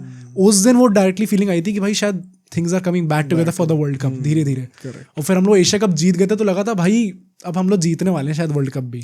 फिर वो वर्ल्ड कप आता है, पहले मैच में आती है केएल राहुल का, वो भी आइकॉनिक मोमेंट था जब वो छक्का मार देते हैं, चौका ढूंढ रहे थे, सेंचुरी होने वाली थी ऑलमोस्ट। एंड मुझे लिटरली याद है कि थ्रू आउट द अपना ये ग्रुप स्टेज जो 10 मैच थे, केएल राहुल के अराउंड सेंटिमेंट काफी पॉजिटिव था यार, बहुत पॉजिटिव था। मुझे ऐसा भी लगा था कि भाई we had found a stable number 5। मतलब ऐसा किसी को लगा नहीं था कि गंदा कैंपेन जा रहा है इनका। अल्टीमेटली भी if you look at it, पूरे वर्ल्ड कप में क्या 450 रन बनाए थे उनने, कम है क्या नंबर 5 के लिए? पता वही आता है, बहुत तगड़ा खेले वो, जब मैटर करता था क्या तब वो चीज हो पाई है जो फाइनल का दिन था। ये चीज इनेविटेबली हमें डिस्कस करनी थी। अब मुझे लगता है इसमें स्पेकुलेशन की इतनी जरूरत भी नहीं, क्योंकि केएल राहुल ने खुद ही कह दिया है। अश्विन के साथ उन्होंने कुट्टी स्टोरीज कहा था, उसमें कहा था कि अगर एक वो रिग्रेट है, एक चीज़ है जो कि मैं चेंज कर सकता टाइम में वापस जाके, तो मैं शायद वो 2023 वर्ल्ड कप फाइनल में कहता कि थोड़ा और खुल के खेलूँ। ये मत सोचो कि पीछे विकेट नहीं है। एंड आई थिंक वो था फैक्टर भाई। मतलब आई ऑलवेज बिलीव कि टीम स्पोर्ट में आप कभी भी किसी इंडिविजुअल की वजह से नहीं हारते हो, बट क्रिकेट मैं हमेशा कहता हूँ is a game run by individuals, influenced by individuals, और वो इन्फ्लुएंस था भाई। मतलब 96 कुछ बॉल्स तक एक भी बाउंड्री ना आना, वो मतलब इनएक्सक्यूजेबल था वो। प्लस मुझे ऐसा भी लगता है कि अब केएल राहुल जैसा आदमी जिसकी साइकोलॉजी ऐसी रही है बचपन से कि वो कभी भी हमने नहीं देखा कि वो कुछ मतलब अगर कोई पोक कर रहा उन्हें तो पलट के जवाब देंगे। अगर वैसे टाइप की साइकोलॉजी है, प्लस उनके वो पूरे अश्विन के इंटरव्यू से ये चीज़ क्लियर सेंटिमेंट पता चल रहा था कि he blames himself for that loss. बहुत ज़्यादा हर्ट है। हाँ, प्लस वो पूरा ब्लेम लेते हैं अपने ऊपर कि भाई शायद मेरी वजह से हुआ। वो भी मुझे लगता है सही बात नहीं है। नहीं, सही बात तो बिल्कुल नहीं है, बट वही है कि शायद ये पूरी जो बचपन की साइकोलॉजी रही है उसकी वजह से ही ऐसा वही ना कि बिग हमने डेब्यू की बात करी थी। अब 2023 वर्ल्ड कप फाइनल को देखो, जब वो मोमेंट्स मैटर करते हैं, जब प्रॉब्लम आती है, तब केएल राहुल का मुझे ऐसा लगता है कहीं ना कहीं वो थोड़ा सा मेंटालिटी सबड्यू हो जाती है, सेफ्टी फर्स्ट या सर्वाइवल फर्स्ट अप्रोच आ जाता है इंस्टेड ऑफ कि मैं फ्लरिश कैसे कर सकता हूँ। हाँ. और वो एक बहुत बड़ा इशू है। अगर हमें फाइनल्स जीतने हैं ना, हम इंडियन क्रिकेट के लिए पिछले 11 सालों से क्या कह रहे थे कि फाइनल्स में आके चोक क्यों कर जाते हैं, कि वो डर जाते हैं थोड़ा सा, भाई फाइनल का वो स्टेज देखकर कुछ ना कुछ हो जाता है। वो काइंड ऑफ केएल राहुल बड़े अच्छी तरीके से रिप्रेजेंट करते हैं मेरे ख्याल से, कि पूरे ग्रुप स्टेज में आप डोमिनेट कर रहे हो, इतना अच्छा नैरेटिव चल रहा है। ग्रुप स्टेज में आपको याद होगा उनकी विकेट कीपिंग भी अच्छी चल रही थी। हाँ, भाई लोग तारीफ करते थे, डीआरएस कॉल्स भी कितने अच्छे ले रहे हो, सब पलट गया फाइनल में आके, सब बुरा हो गया, विकेट कीपिंग भी बुरी हो गई, डीआरएस भी बेकार है, आपकी बैटिंग भी बेकार हो गई है, सब एकदम लोगों ने नैरेटिव ही बदल दिया पूरा। क्यों है? क्योंकि मुझे लगता है कहीं ना कहीं एक वो मेंटालिटी इशू रहा है केएल राहुल के साथ। परहैप्स उनकी पर्सनालिटी ही ऐसी है। अब इसके पॉजिटिव साइड्स भी हैं, कितना बड़े टीम प्लेयर है वो, कि सब चीज़ अपने ऊपर लेते हैं, बट डाउन साइड उनकी इतनी ज़्यादा है कि वो पर्सनल परफॉर्मेंस को अफेक्ट कर दे रही है। मतलब आई थिंक इसका भी ना एक लेने का तरीका होता है। जैसे अभी रिसेंटली ही एक ये निकल के आई थी न्यूज़ की 2018 का जो इंग्लैंड टूर था, उसमें जब विराट कोहली कैप्टन कर रहे थे, तो एजबास्टन में जब वो हारे थे वो लोग, और विराट कोहली ने बहुत अच्छा परफॉर्म करा था, उसके बाद अनुष्का शर्मा जब रूम में आई थी तो विराट कोहली रो रहे थे कि उनने कहा कि भाई मैं अपने ऊपर लेता हूँ ये लॉस, मैं कैप्टन था, मेरे को बेटर करना चाहिए था। बट वो पूरी सीरीज में वो दिखा नहीं ना कहीं, लगातार तो परफॉर्म ही करते रहे वो एक के बाद। ऑन फील्ड एटीट्यूड क्या था वो मैटर करता है। हाँ, तो केएल राहुल का वो सॉफ्ट मोमेंट ऑन फील्ड पे दिखने लग जाता है। मैंने नोटिस 2014 में वो बात करी कि उनकी बैटिंग गंदी गई, उसके चक्कर में उनके डेब्यू में सारी चीज़ें खराब हो गई। 2023 9 साल बाद, ऑलमोस्ट 10 साल बाद, वो सेम चीज़ हमें वर्ल्ड कप में दिखी फाइनल में। बैटिंग खराब हुई, उसके चक्कर में सब गड़बड़ हो गया। पूरे करियर की जो एक कहानी है, जो ये रिस्क है, लोगों को लगता है कि कहीं केएल राहुल का वो करियर के नाम से मीडियोक्रिटी ना जुड़ जाए, उसके पीछे का सबसे बड़ा रीज़न ही मुझे ये लगता है। आई थिंक केएल राहुल जैसे प्लेयर को थोड़ा और एरोगेंट होना ज़रूरी है।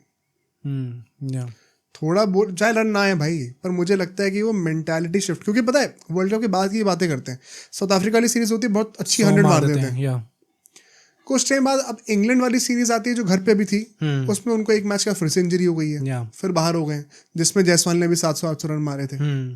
फिर अभी वो कमबैक करने का ट्राई कर ही रहे थे कि आईपीएल में फिर उनका जो होता है संजीव गोयनका के साथ होता है, प्लस वो पूरे सीजन में वो खुद कह रहे थे मैं मारना चाह रहा हूँ पर मैं मार नहीं पा रहा हूँ। जो संजीव गोयनका के साथ हुआ था उसके बारे में क्या कहना है? क्योंकि वो पता क्या है, it kind of also signified, एक तो फर्स्टली अप्रिशिएट कि केएल राहुल ने 2024 के आईपीएल में खुद ये थ्रू आउट कहा था कि मैं रियलाइज कर रहा हूँ ओपनर्स को अब एक अलग गेम खेलना है, अलग तरीके से खेलना है, और मैं वो ट्राई कर रहा हूँ बट हो नहीं पा रहा है। द प्रॉब्लम वॉज वो मैच कोइंसिडेंस नहीं है कि संजीव गोयनका ने उसी मैच में क्यों कहा है। वो मैच किसके अगेंस्ट था? ट्रेविस हेड और अभिषेक शर्मा के अगेंस्ट था। अच्छा, ओ कुटाई हुई है पूरी उस मैच में, हेल्पलेस। संजीव गोयनका का फ्रस्ट्रेशन आई जेन्युइनली बिलीव वही था भाई, कि ये लोग इस तरीके से खेल रहे हैं, आप एकदम ही क्लूलेस दिख रहे हो भाई पिच पे। ऑन द अदर हैंड हम उसका 10% भी रेप्लिकेट नहीं कर पा रहे। क्या चल रहा है यहाँ पे? Plus I think he was the captain, he was the opener, तो रिस्पॉन्सिबिलिटी उसके ऊपर जानी थी पहली बात तो। But once again thanks to his personality he took all the blame. हाँ, बट पॉइंट वो ये कि इसका डाउन साइड ये कि आपकी परफॉर्मेंस कंधे झुके हुए दिखते हैं भाई। आई थिंक गोयनका साहब को ये चीज़ है कैमरा के पीछे करनी चाहिए थी। हाँ, ये बहुत ही गलत था कि मतलब आपने सबके सामने कराई। वो पूरे इंसिडेंट को बोले तो obviously Goenka was at fault, क्योंकि उन्होंने सबके सामने बोला ये गलत नहीं था। या बोलने का हक है उनको पूरा। प्लस हमने काफी लोगों को सुना है कि जो ओनर्स होते हैं वो आके ड्रेसिंग रूम में कई बार ऐसे बोलते हैं, गुस्सा करते हैं। एक उन्होंने चांटा मार रखा है, पढ़ाई है सबने। तो डांटना वाटना, ओनर के भी खुद के पैसे लगे हुए हैं भाई, तो वो थोड़ा गुस्सा होना बनता है उसका। बट ये सब चीजें ऑफ कैमरा होनी चाहिए, पीछे होनी चाहिए। फिर इसी के चलते 2024 का T20 वर्ल्ड कप वो भी मिस आउट हो जाता है। उसके बाद जब टेस्ट मैचेस शुरू होते हैं तो न्यूजीलैंड वाली सीरीज में प्रॉमिस दिख रहा है, लेकिन 100 नहीं आ रही है कोई। बीजीटी आती है, बीजीटी में रोहित शर्मा अनअवेलेबल होते हैं, पहला मैच केएल राहुल को ओपनिंग कराई जाती है, अच्छा खेल देते हैं। उनके लिए कप्तान और टीम अपनी पूरी स्ट्रैटेजी चेंज कर देती है सिर्फ एक मैच के बेसिस पे। ये चीज हमने अभी रिसेंटली भी कही थी, I still stand by it all day long. जो 2 साल तक रोहित शर्मा ओपन करते, 2 साल के मतलब करते तो बहुत टाइम से आ रहे थे, बट एटलीस्ट इस पूरी साइकिल में रोहित शर्मा ओपन करते आ रहे थे, बट एक मैच के बेसिस पे उनने केएल राहुल को अपनी जगह दे दी थी, क्योंकि उस मैच में इतना प्रॉमिस दिखा, which is the story of KL Rahul. जब वो खेलेंगे स्टार्टिंग में तो इतना प्रॉमिस दिखाएंगे कि आप अपने पूरे 10 साल की प्लानिंग चेंज करने को तैयार हो जाओगे, इतना जादू है उनकी बैटिंग में। बट जैसे जैसे सीरीज एंड होती रही भाई मतलब BGT summed up the career of KL Rahul so far so nicely कि वो हमेशा स्टार्ट बहुत अच्छा करते हैं, बट जैसे जैसे एक टूर्नामेंट या एक सीरीज आगे बढ़ती है वो फेड अवे कर जाता है मैच कहीं ना कहीं। मेरा मेन इशू ही केएल राहुल से अब आना शुरू हुआ है recently, because now he is well into his 30s, early 30s में वो घुस चुके हैं। जैसा उनका इंजरी प्रोन बॉडी है शायद वो बहुत ज़्यादा साल नहीं खेल पाएंगे अभी, और अभी वो T20 से तो सीन के बाहर ही है, तो ज़्यादा फॉर्मेट भी नहीं है खेलने को। अभी भी चैंपियंस ट्रॉफी से पहले भी उनका रणजी से खेलने में मना क्यों हो रहा है? क्योंकि अपेरेंटली एल्बो में कुछ इशू हो रहा है। वन सेकेंड, कोई नया ही इशू है एल्बो, अब कभी एल्बो है, कभी हैमस्ट्रिंग है, एल्बो नहीं आ रहा था कुछ, अभी कभी फोरआर्म है, अलग अलग चीज़ें हो रही है ना, तो बॉडी टूटती है, कई बार ऐसा होता है। उसमें भी अगर आपके जो चांसेस मिल रहे हैं, मतलब देखो ये हमने जो पूरा नैरेटिव बनाया कि बहुत टैलेंट है, ऐसा है वैसा है, बैकिंग करनी चाहिए, किस एज तक? अर्ली 30s तक भी? क्या अभी भी हम लोग केएल राहुल को ग्रूम कर रहे हैं as the next big thing? Shubman Gill already वो चीज़ लेके जा चुके हैं, वाइस कैप्टन बन गए, वो वाइस कैप्टन बन गया भाई शुभमन गिल, 200 मार दी ओडीआई में। तो आई थिंक बहुत ही ज़्यादा एक पिवटल मोमेंट है, मुझे लगता है 2025 का जो साल है ये मेक और ब्रेक हो सकता है केएल राहुल के लिए। ऑल तो कोई बड़ी बात नहीं कि इसके बाद भी उनको बैक करा जाए, बट आई थिंक अब वो क्वेश्चंस आने चाहिए।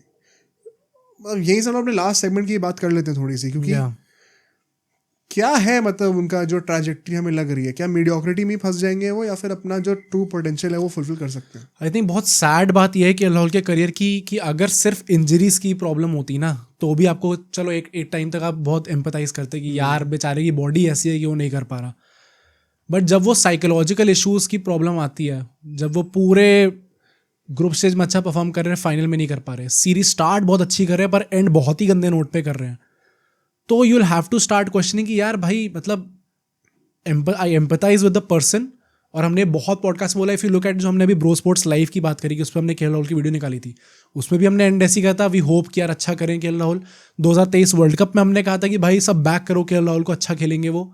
2024 में आईपीएल के टाइम पे हमने ये चीज़ बोली थी। We very well feel for the guy, वो बहुत ही अच्छा इंसान लगता है भाई। KL Rahul is that guy जिसको भाई ट्रोल करने से जो आदमी ट्रोल करे उसको शर्म आ जाए। हाँ, मतलब जैसे मैं फुटबॉल के लिए कहता था जब मेसी रोता है तो मुझे लगता है कि भाई इसको क्या बोलूं, मैं ही रो दूंगा इसके चक्कर में। केएल राहुल को अगर मैंने बाई चांस रोते हुए देख लिया ना, मैं रो दूंगा भाई वो बंदे को, बहुत बुरा लगेगा उसके लिए। तो वो इतना अच्छा आदमी है, उसके इतने पॉडकास्ट देखे मैंने, इतने he is such a learned guy, he such a sensible guy, responsible guy, responsibility लेते हैं वो हर जगह पे। तो आपको एक आइडियल आदमी जैसा वो बंदा लगता है, बट मतलब cricket is a cruel world. मतलब भाई just because you are a good man you will not get to play. हाँ, बात वही है, you can be a bad guy but अगर परफॉर्म करो शायद आपको खेलने को मिल जाएगा। प्लस आई थिंक वो भी है ना कि अब ऐसा नहीं है कि आपने 2-3 साल मौका दिया, चलो वैसे तो 2-3 साल भी आज के टाइम पे बहुत है भाई। 2-3 साल आपने मौका दिया, उसके बाद आपने कहा नहीं हो रहा भाई अब किसी और पे जाओ। यहाँ पे वो आदमी 2016 में चलो उसने पीक करा, 16 से अब तक 8-9 साल हो चुके हैं। अब 16 का डेब्यू ईयर था लिमिटेड ओवर्स में, हाँ वो पीक था उनका। हाँ राइट, तब से वो अभी तक यहाँ पे आ चुके हैं और हम लोग अभी भी होप कर रहे हैं कि वो one day he will become the king, but वो नहीं हो पा रहा। एक तो जो ये बहुत बड़ा नैरेटिव है कि केएल राहुल को कभी स्टेबिलिटी नहीं दी जाती, इसको भी मैं टैकल करना चाहता हूँ। ये मैंने रिसेंटली एक पॉडकास्ट में बोला था, बट ये एक नैरेटिव में सुनता हूँ, एंड हम जहाँ डिफेंड करना चाहिए राहुल को हमने डिफेंड करा है, बट जो फैंस बोलते हैं कि स्टेबिलिटी नहीं मिलती, ऑर्डर चेंज करते रहते हो, एक पॉइंट ऑफ टाइम तक की बात समझ में आती थी, बट अब पिछले 3-4 सालों में ना अगर ऐसा हो रहा है ना तो ये आपके लिए एक्चुअली में अच्छा है। हाँ, कि आपको निकाला नहीं जा रहा टीम से, कि आपको निकाला नहीं जा रहा भाई। यूजुअली क्या होता है, अगर आपने एक जगह पे परफॉर्म नहीं करा तो आपको निकाल दिया जाएगा टीम से, पर आपको निकाल नहीं जा रहा, आपको कहा जा रहा है चलो कहीं और परफॉर्म कर लो। वो लग्जरी है आपके पास कि आप ओपनिंग पे नहीं चले तो नंबर 5 पे ट्राई कर लिया, 5 पे नहीं चले तो दोबारा ओपनिंग करा दी। कोई और होता तो बाहर हो गया होता। तो जो आप कह रहे हो कि स्टेबिलिटी नहीं मिल रही है, ये एक्चुअली में क्रिटिसिज्म नहीं होना चाहिए, एक्चुअली में फॉर्चुनेट, क्योंकि स्टेबिलिटी इसलिए नहीं मिल रही क्योंकि आपने कंसिस्टेंटली परफॉर्म नहीं करा। अगर केएल राहुल की आज के डेट में टेस्ट मैचेस में 50 की एवरेज होती, क्या कोई उनको हटा सकता था ओपनिंग से? नहीं, चांस ही नहीं था। जायसवाल उनके बाद आके कैसे ले गए स्पॉट एकदम से? रोहित की जगह थोड़ी गए केएल राहुल, जायसवाल आया उनकी जगह पर। तो क्यों हुआ है ये? अगर केएल राहुल की इतने मैचेस के बाद, बाय द वे एक स्टैट है कोई, आफ्टर 50 समथिंग टेस्ट मैचेस उनकी सेकंड वर्स्ट एवरेज है इंडिया की बैट हिस्ट्री में। सिर्फ रवि शास्त्री जिनकी शायद उनसे कम थी, समथिंग लाइक दैट।